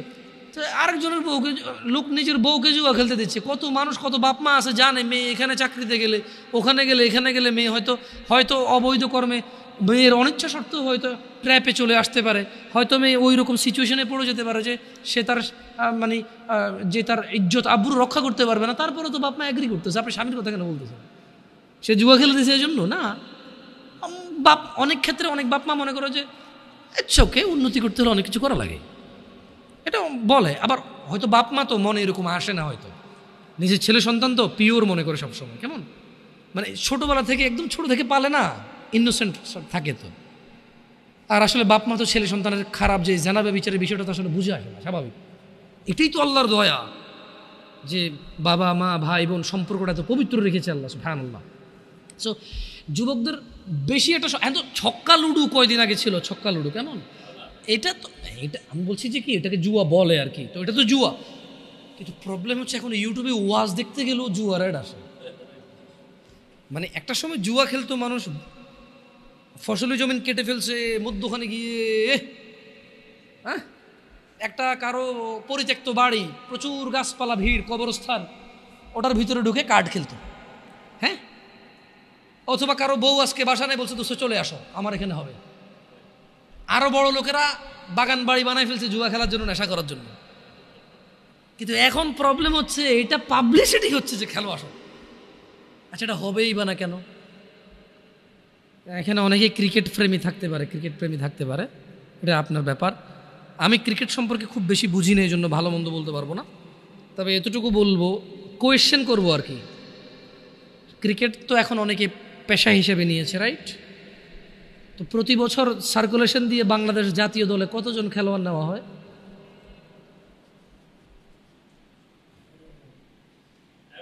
100 মনে হয় না। 100 খেলোয়াড় তো নিয়োগ হয় না। 16 কোটি মানুষ কিন্তু উদ্বুদ্ধ হয়ে খেলাতে। অমুকে গাড়ি করে ফেলছে ক্রিকেট খেলে, তমুকে বাড়ি করে ফেলছে ক্রিকেট খেলে, অমুককে সারা দেশে চিনে গেছে, অমুক সেলিব্রিটি হয়ে গেছে, রাইট? তো একটা দেশের যারা দেশের অর্থনীতি নিয়ে কাজ করে, আমি জানি না ওনারা কি চিন্তা করে আল্লাহু আলাম, হয়তো তাদের চিন্তা আরও বেটার, হয়তো আমার অল্প জ্ঞানে বুঝে আসে না আর কি। তাই আমি ওনাদের দোষ ধরবো না। তবে আমার অবুঝ মনে প্রশ্ন জাগে, 50 জন মানুষ নিয়োগ হয় না একটা চাকরিতে। পুরো বছরে 365 দিনে 50 জন মানুষ চাকরি করার সুযোগ নাই, কিন্তু পুরো রাষ্ট্রের মানুষ এটাতে পরিশ্রম করে, শেখে। আর তুমি বলবো যে ভাই খেলাধুলা এটা আসলে মনকে তৃপ্তি দেয়। এটা যদি শুধুই এক্সারসাইজ আর টাইম পাস হইতো, তাহলে এত সিরিয়াসলি কেন পোলাপানি স্কুল কামাই করে এটা খেলে? যদি এটা শুধুই টাইম পাস আর এনজয় হইতো, তাহলে আরও এই যে বাজিটা যেগুলো কেন হবে? আর নতুন করে তো এগুলোও দেখি, হাতের মধ্যে রবার নেয় দুই বন্ধু, মুখের মধ্যে বাঁশি ঢুকাই দেয়, এইভাবে রবার টান দিয়ে আমার বাঁশি বাজলে হেরে গেছে। দেখছো, ওইটাও খেলা। কিন্তু তো খেলা তো বহু। আমরা ক্রিকেট খেলাকে যখন আমরা অত প্রমোট করি না, বা ক্রিকেট না, যত খেলা যেটা 10-12 জনে খেলে, এদের এক্সারসাইজ হয়, বাকিরা শুধু ঘন্টার পর ঘন্টা ওয়েস্ট হচ্ছে টাইম। আমি ক্রিকেট বলবো না এবার, কারণ আমার দরকার নেই নাম নেওয়ার। আসলে খেলা অনেক রকম হইতে পারে। মানে আমরা যখন এই জিনিসগুলোকে, আমি বলবো যে যখন এটাকে যখন আমরা প্রমোট করি না, অনেকে ভুল বোঝে যে আমরা সেকেলে মানুষ বুঝি না, ওরা একটু টাইম পাস করে না। এটা শুধু টাইম পাস হলে এরকম বলতাম না। আমাদের আপত্তি লাগে কোন জায়গাগুলোতে, যখন 11 জন বা 20 জন 22 জনে খেলে, 11 কোটি 20 কোটি মানুষ পুরো পৃথিবীতে যখন ইন্টারন্যাশনাল ভাবে হয়, তখন বিলিয়ন্স মানুষ যখন বসে বসে এটা 1 ঘন্টা দেখলে 1 বিলিয়ন ঘন্টা, 24 ঘন্টায় একদিন অফিসিয়াল ডিউটি মানুষের 8 ঘন্টা, তাহলে কত লক্ষ কোটি শ্রমবাজার নষ্ট হয়েছে। 8 জন মানুষ যদি 1 ঘন্টা দেখে, 1 জন মানুষ একদিন কাজ করলে যা উপার্জন করে রাষ্ট্র সমৃদ্ধ হতো, নষ্ট হয়েছে ওটা। এখন বলবো তাহলে কি লাইফে কি কোনো এনজয় থাকবে না? না, খেলা বহু আছে যেটা শরীরের এক্সারসাইজ হয়। এবং যারা খেলে তারা নিজের খেলা নিয়েই, বাই ব্যাটিং আমার, বাই বোলিং আমার, এরকম লাগে যায় না, ওটার একটা খেলা। বাকিরা তো কিছুই কোনো অ্যাক্টিভিটি নেই ওদের, ওর খেলা হইলো কেমনি? এটা খেলা দেখাও খেলা নাকি? আল্লাহ আমাদেরকে বুঝে তৌফিক দান করুন। দেখুন, জুয়া মানে আপনি যে আগামী 2030-35 সালের মধ্যে যাদের বয়স 25-30 হতে পারে, আল্লাহু আলাম, কঠিন হয়ে যাবে জুয়া যে হারাম এটা বোঝানো। 1 নাম্বার কঠিন হবে এটা। 2, কোন রকম যদি বুঝাইতেন কোরআনের আয়াত দিয়ে যে জুয়া হারাম, তাহলে ও যে ব্যাটিং করতেছে, বেট করতেছে, বাজি ধরতেছে, ওইটা যে জুয়া, এটা আপনি বুঝাইতে পারবেন। আপনি কি আজকের যুগে কাউকে বুঝাইতে পারেন ব্যাংকের চাকরি সুদ হারাম? বলেন না। আপনি কোন ভাই, কে আপনি? ভাই আসেন আমার সামনে, আসেন, যে আপনি মহান, আপনি বুঝাই দিয়েছেন একজন কাউকে যে এটা হারাম, আর সে ছেড়ে দিছে। হাতে গোনা ইল্লা মাশাআল্লাহ। আজকের দিনে সুদী ব্যাংকে উপার্জনকে যেমনটা হারাম প্রমাণ করা সো টাফ হয়ে গেছে, 2030-35 সাল যেভাবে চলতেছে, যদি এভাবে চলে, যেভাবে ইউটিউবে অ্যাডভার্টাইজ আসতেছে, তো মনিটাইজেশন করে যে অ্যাড দিচ্ছে গভর্নমেন্ট, মানে যারা অ্যাডে টাকা কামাচ্ছে, ওই বেটা অ্যাড ওখান থেকে টাকা পাওয়ার জন্য বা অ্যাড দেওয়ার জন্য তার নাম, ঠিকানা, আইডি, বিজনেস ট্রেড লাইসেন্স এগুলো না দিলে তো অ্যাড দেওয়ার অথরিটি পায় না সে ফেসবুকে বা ইউটিউবে। আপনি মনে করেন যে আপনি একটা কোম্পানি চালান, এটা আপনি অ্যাড দিবেন ফেসবুক ইউটিউবে, তো যাদের থেকে আপনি ডলার নিয়ে অ্যাড দিবেন তাদেরকে আপনার নাম, আইডি কার্ড, আপনার ঠিকানা, আপনার ট্রেড লাইসেন্স, ট্রেডমার্ক, আপনার গভর্নমেন্টের অমুক অনুমতি, গভর্নমেন্ট থেকে তমুক অনুমতি, এসব আছে কি না সব জমা দিবেন, তারপরে সে আপনাকে অ্যাকাউন্ট দিবে, অ্যাকাউন্ট থেকে আপনি অ্যাড চালাবেন। তো এই যে জুয়ার যে বেটিংয়ের অ্যাডগুলো হয়, হ্যাঁ টেকনোলজি যেহেতু অনেক উন্নত, গভর্নমেন্ট এক এক দেশের এক এক রকম পাওয়ার রাখে, দেখা যাচ্ছে অনেকে বিদেশ থেকে এগুলো ছাড়ে। হ্যাঁ তখন তো আর আসলে বাংলাদেশ সরকারেরও কিছু করার থাকে না, থাকে। আমি বলতেছি না যে কী করার, আমি বলতেছি যে কত আসলে হারাম পথের যে কত পথ আছে আসলে আমি বুঝি দিনী বোন রাস ওরা বুঝবে কিনা যেগুলো আমি বুঝতেছি না, আউট অফ কনটেক্সট কিনা, বাট এটা কিন্তু রিলেভেন্ট কথা যে যদি গভর্নমেন্ট এই জুয়ার অ্যাড নিয়ে কাজ না করে, যদি বাবা মা এই জুয়ার বেটিং এর অ্যাড মানে বাজি ধরার অ্যাডগুলো যদি বন্ধ না করে, তাহলে 30-35 সালে আজকের দিনে আপনি যেমন বুঝাইতে পারেন না যে ব্যাংকে উপার্জন করলে শুধুই উপার্জন হলে এটা হারাম, আপনি যেমন বুঝাইতে পারেন না আগামী 35 সালে আরো বেশি লাগতে পারে, আগেও হয়ে যেতে পারে, আমি তো আর গণক না যে কয়ে দেবো, এটা আন্দাজ করে বলা আর কি, এটা তো একদম অ্যাকুরেসি নাই এটার। কেমন যদি এটা হয় তাহলে জুয়া হারাম মাইনে নেবে সবাই, কিন্তু বাজি ধরা যে জুয়া কেউ মানবে না। ওয়াল্লাহি আমার ভয় হয় প্রত্যেক মুসলিম সুদ হারাম মেনে নেয়, সুদী ব্যাংকে কাজ করলে যে সুদ হয় কেউ মানে না।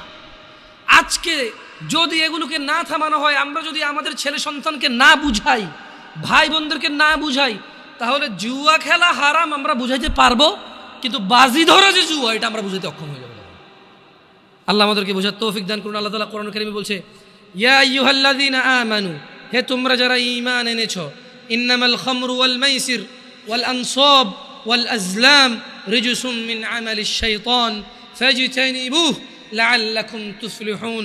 হে মুমিনগণ, তার মানে এখানে স্পেশালি যারা দাবি করে যে আমি মুসলমান তাকে বলা হচ্ছে তুমি কি মুসলমান, তাহলে শুনে নাও এই কাজগুলো তুমি করতে পারবা না।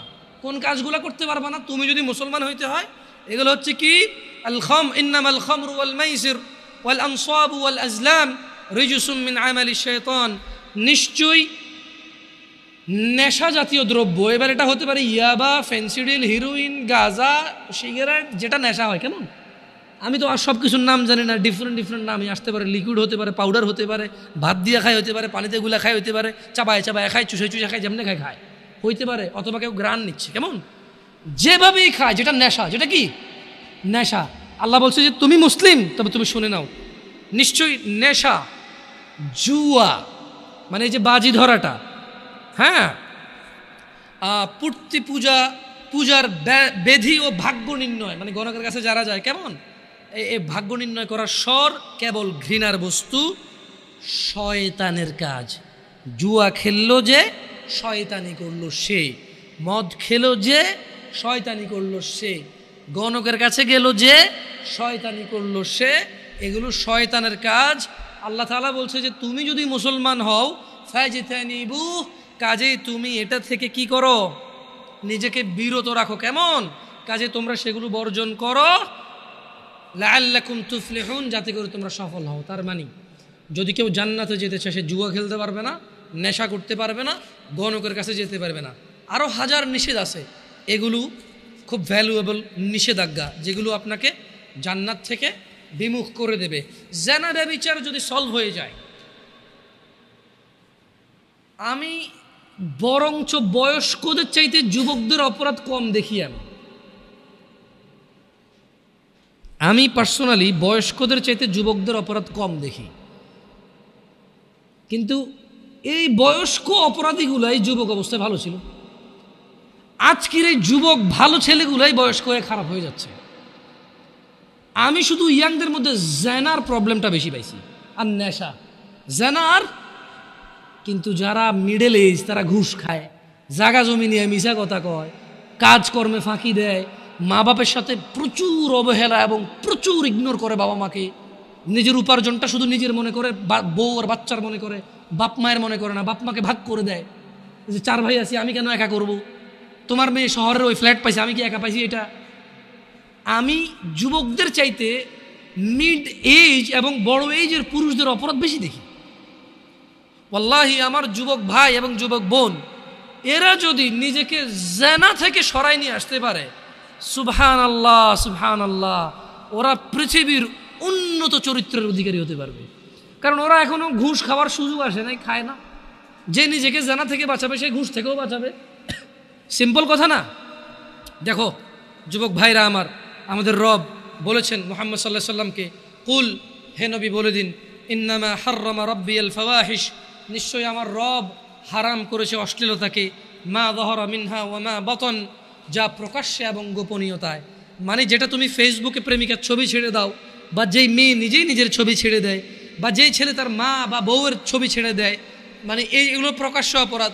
যে কোন কর্নারের দোকানে তালতলা, আমতলা, জামতলাতে গিয়ে একদম জনসম্মুখে বসে বসে সিনেমা নাটক দেখে, ওটা হচ্ছে প্রকাশ্য অপরাধ, প্রকাশ্য অশ্লীলতা। যে বসে বসে নিজে মোবাইলে দেখে, এটা হচ্ছে গোপনে অপরাধ, গোপনে অশ্লীলতা। তো আল্লাহ তাআলা বলছেন যে হে নবী আপনি বলে দিন, নিশ্চয়ই আমার রব নিষেধ করেছেন এমন অশ্লীলতাকে যেটা প্রকাশ্যে এবং যেটা অপ্রকাশ্যে বা গোপনে। ওয়া আন তাকুলু আলাল্লাহি মা লা তা'লামুন, আর তিনি নিষেধ করেছেন, হারাম করেছেন আল্লাহ সম্বন্ধে এমন কিছু বলা যেটা সম্পর্কে তোমার কোনো কি নেই, ধারণা নেই। দেখুন যুবক ভাই ও বোনরা আমার, আন আবি হুরায়রা রাদিয়াল্লাহু আনহু قال قال النبي صلى الله عليه وسلم لا يزني الزاني حين يزني وهو مؤمن, নিশ্চয়ই কোনো জানাকারী যখন জানা করে, জানা অবস্থায় তার ঈমান থাকে না, সে বেঈমান থাকে তখন। ওয়ালা ইয়াশরাবুল খামরা হিনা ইয়াশরাবু ওয়া হুয়া মুমিন, এবং কোনো নেশাগ্রস্ত ব্যক্তি যখন সে নেশা করে তখন সে মুমিন অবস্থায় থাকে না। কেমন? এই জিনিসটা আমাদের খুবই খুবই গুরুত্ব দিয়ে ভাবতে হবে। যখন কেউ জানা করে, মুহাম্মদ সাল্লাল্লাহু আলাইহি ওয়াসাল্লাম বলছেন যে তখন তার ঈমান থাকে না। যখন কেউ নেশা করে, গাঁজা টানে, গাঁজা, হ্যাঁ, যখন কেউ গাঁজা টানে, যখন কেউ মদ পান করে, তখন তার ঈমান তার সঙ্গে থাকে না। এইটা খুবই বিপজ্জনক সিচুয়েশন। ওই অবস্থায় যদি কেউ মারা যায় তাহলে সে একেবারে সোজা ঈমান ছাড়া মরে গেল। আর যে ঈমান ছাড়া মরে গেল তার হিসাব ছাড়া জাহান্নাম হয়ে যাবে।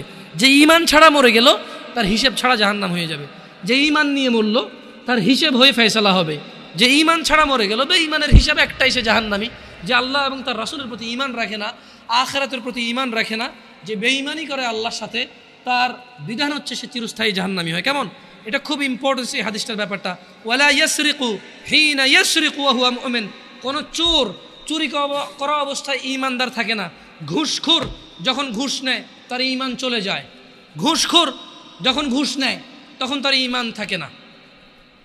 কাউকে বাধ্য করে কারো ট্রাক থেকে মাল নামায় ফেলে, যে ট্রাকের ড্রাইভার যখন 13 লিটার তেল 2 লিটার বের করে চুরি করে 11 লিটারের স্লিপকে যখন 13 লিটার লেখে, তখন তার ঈমানটা চলে যায়। ওই অবস্থায় সে মুমিন থাকে না। যখন কোনো কর্মজীবী মানুষকে বলেছে তুমি এই কাজটা করবা, সে কাজ করে, বিশ্রামের প্রয়োজনে বিশ্রাম করে, কিন্তু সে কাজ করে, বিশ্রাম করে।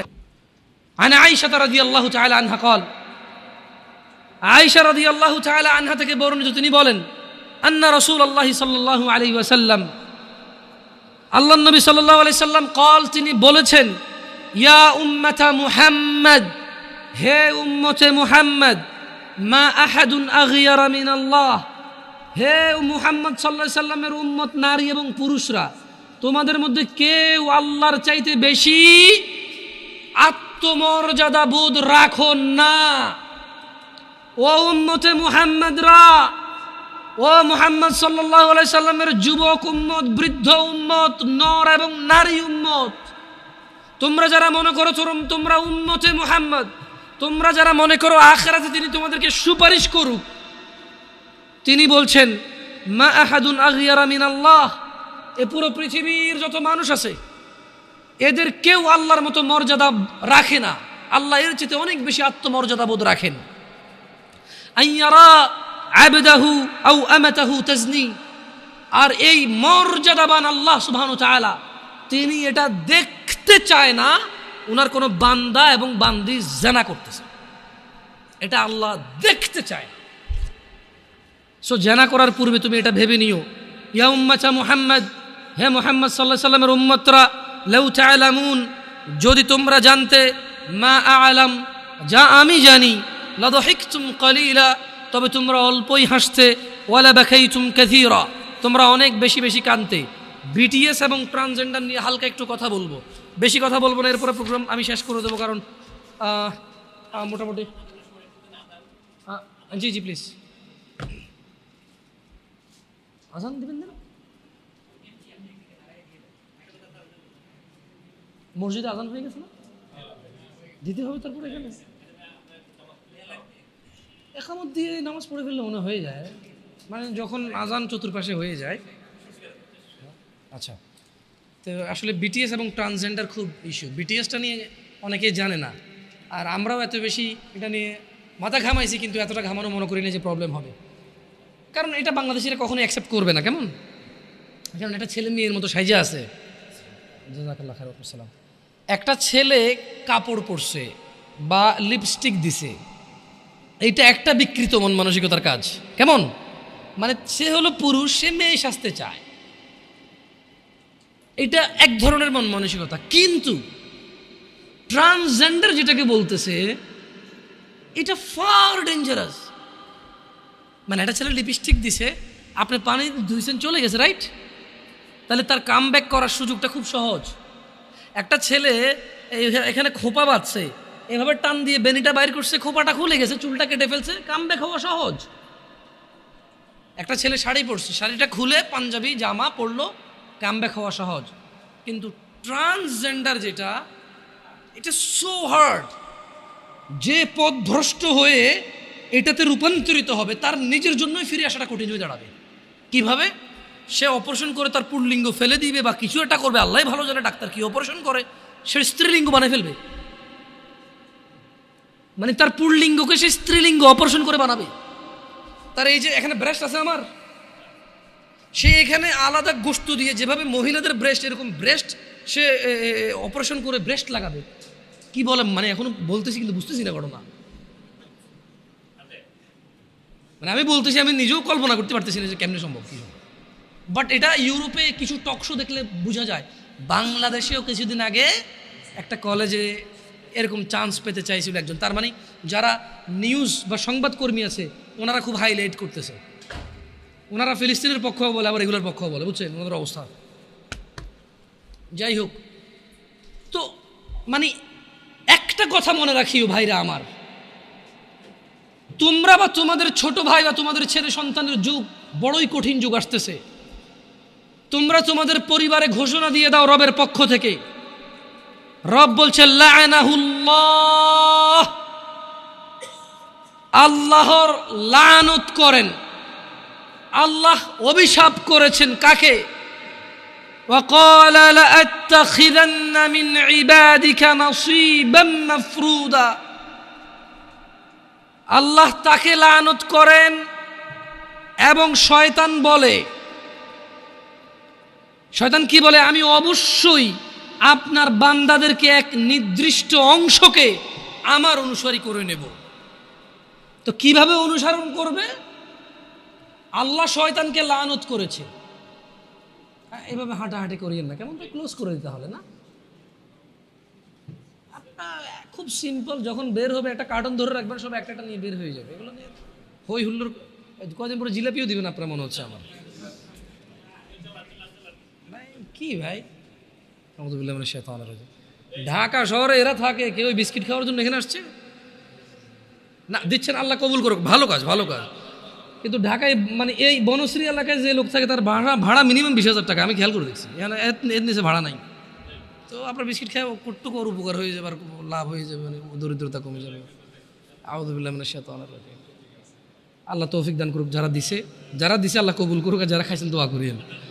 না, খাওয়া যাবে, এটা তো মানে এটা ভালো প্রচলন। আউযু বিল্লাহি মিনাশ শাইতানির রাজিম। লাআনাল্লাহ, আল্লাহ শয়তানকে লানত করেছেন। আর শয়তান আল্লাহকে বলতেছে যে নিশ্চয়ই আমি আপনার বান্দাদের একটা অংশকে আমার অনুসারী করে নেব। কিভাবে? ওয়ালা উদিল্লান্নাহুম ওয়ালা উমান্নিয়ান্নাহুম ওয়ালা আমুরান্নাহুম ফালইউবাচ্চিকুন্না আযানাল আনআম ওয়ালা আমুরান্নাহুম ফালিয়ুগাইয়িরুন্না খালকাল্লাহ ومن يتخذ الشيطان وليا من دون الله فقد خسر خسرانا مبينا। যুবক ভাই ও বোনরা আমার, আমি শেষ করব আমার কথা, মনোযোগ দিয়ে শোনো। হতাশার বড়ই হতাশা সামনে নেমে আসতেছে। শয়তানকে আল্লাহ লানত করেছে, শয়তান বলছে যে আমি অনুসারী করব আপনার কিছু বান্দাকে আমার, কিভাবে? আমি তাদের পথ ভ্রষ্ট করব, অবশ্যই তাদের হৃদয়ে আমি মিথ্যা ভাষণা সৃষ্টি করব। আমি তাদের হৃদয়ে মিথ্যা বাসনা সৃষ্টি করব এবং আমি তাদেরকে নির্দেশ দেব। শয়তান বলছে আমি আপনার বান্দাদেরকে নির্দেশ দেব কি? ফলে তারা পশুর কান ছিদ্র করবে, আমি ওদেরকে ফুসলাবো, দে ছিদ্র করে দে, কান ফোড়াই দে পশুর। তারা আমাকে অনুসরণ করে পশুর কান ছিদ্র করবে, আর আমি অবশ্যই তাদেরকে নির্দেশ দেব। ফলে তারা আল্লাহর সৃষ্টি আমাকে দিয়েছেন, ফলে তারা আল্লাহর সৃষ্টি বিকৃত করবে, আর আল্লাহর পরিবর্তে কেউ শয়তানকে অভিভাবক রূপে গ্রহণ করলে সে স্পষ্ট ক্ষতিগ্রস্ত হয়। দেখেন, শয়তান মানুষকে পথভ্রষ্ট করবে, রাইট? আল্লাহর কাছে শয়তান একটা ওয়াদা, মানে শয়তান আল্লাহকে বলছে যে আল্লাহ, আমি তো আপনার একটা বান্দার একটা অংশকে আমি নিয়ে নেব। তো কিভাবে? বলে যে আমি ওদের অন্তরে এমন বাসনা দেব, আমি বলবো পশুর কান ছেড়া, পশুর কান ছেড়ে দেবে। আমি বলবো তুই তোর পুরুষ, তোর এখানে স্তন লাগা, ও লাগাবে। আমি বলবো যে তোর পুল্লিঙ্গ কাটা, তুই স্ত্রীলিঙ্গ করে ফেলবে। আমি একটা অংশকে অবশ্যই আমার অনুসারী করে ফেলবো। আমি বলবো পুল্লিঙ্গ, তোর লিঙ্গ কেটে ফেল, কেটে তুই মহিলা হয়ে যা, হয়ে যাবে।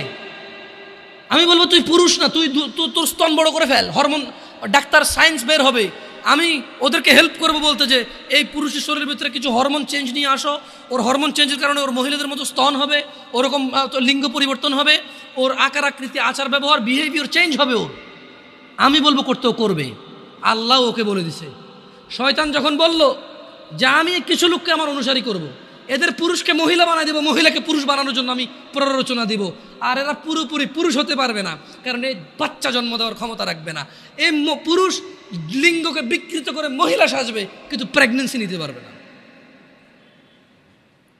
ভবিষ্যতে হইতে পারে, এত বড় গলা, আল্লাহু আলাম, আল্লাহু আলাম। ওই যে টেস্ট টিউব না কি কয়, অবিবাহিত মহিলার পেটে বাচ্চা আসতেছিল, টেস্ট টিউবের মাধ্যমে, আল্লাহু আলাম।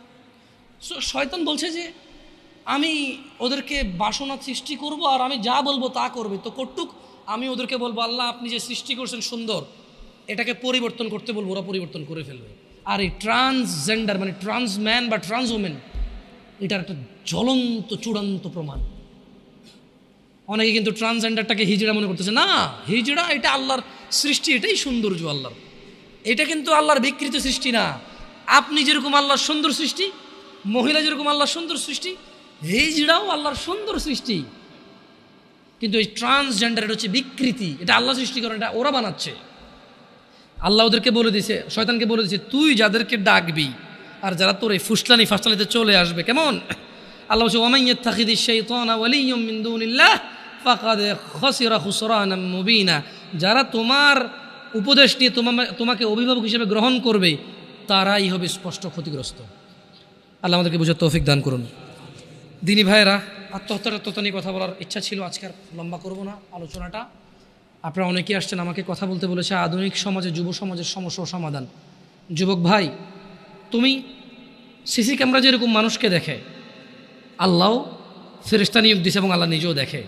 সিসি ক্যামেরা যেরকম রেকর্ডিং হয় তোমার কৃতকর্ম, আল্লাহ ফেরেশতা দিয়ে রাখছে, ওরা লিখে রাখে তোমার কৃতকর্ম।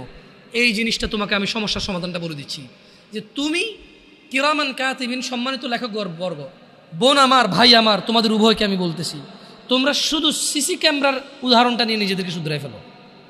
তোমাদের আর কোনো উপায় নাই, সমাধান একটাই।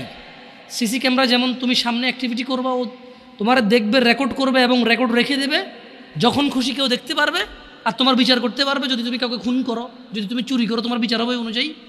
আল্লাহ সুবহানাহু ওয়া তাআলা দেখে এবং তিনি লেখকবর্গ রেখে দিয়েছে, ওরা রেকর্ড করে।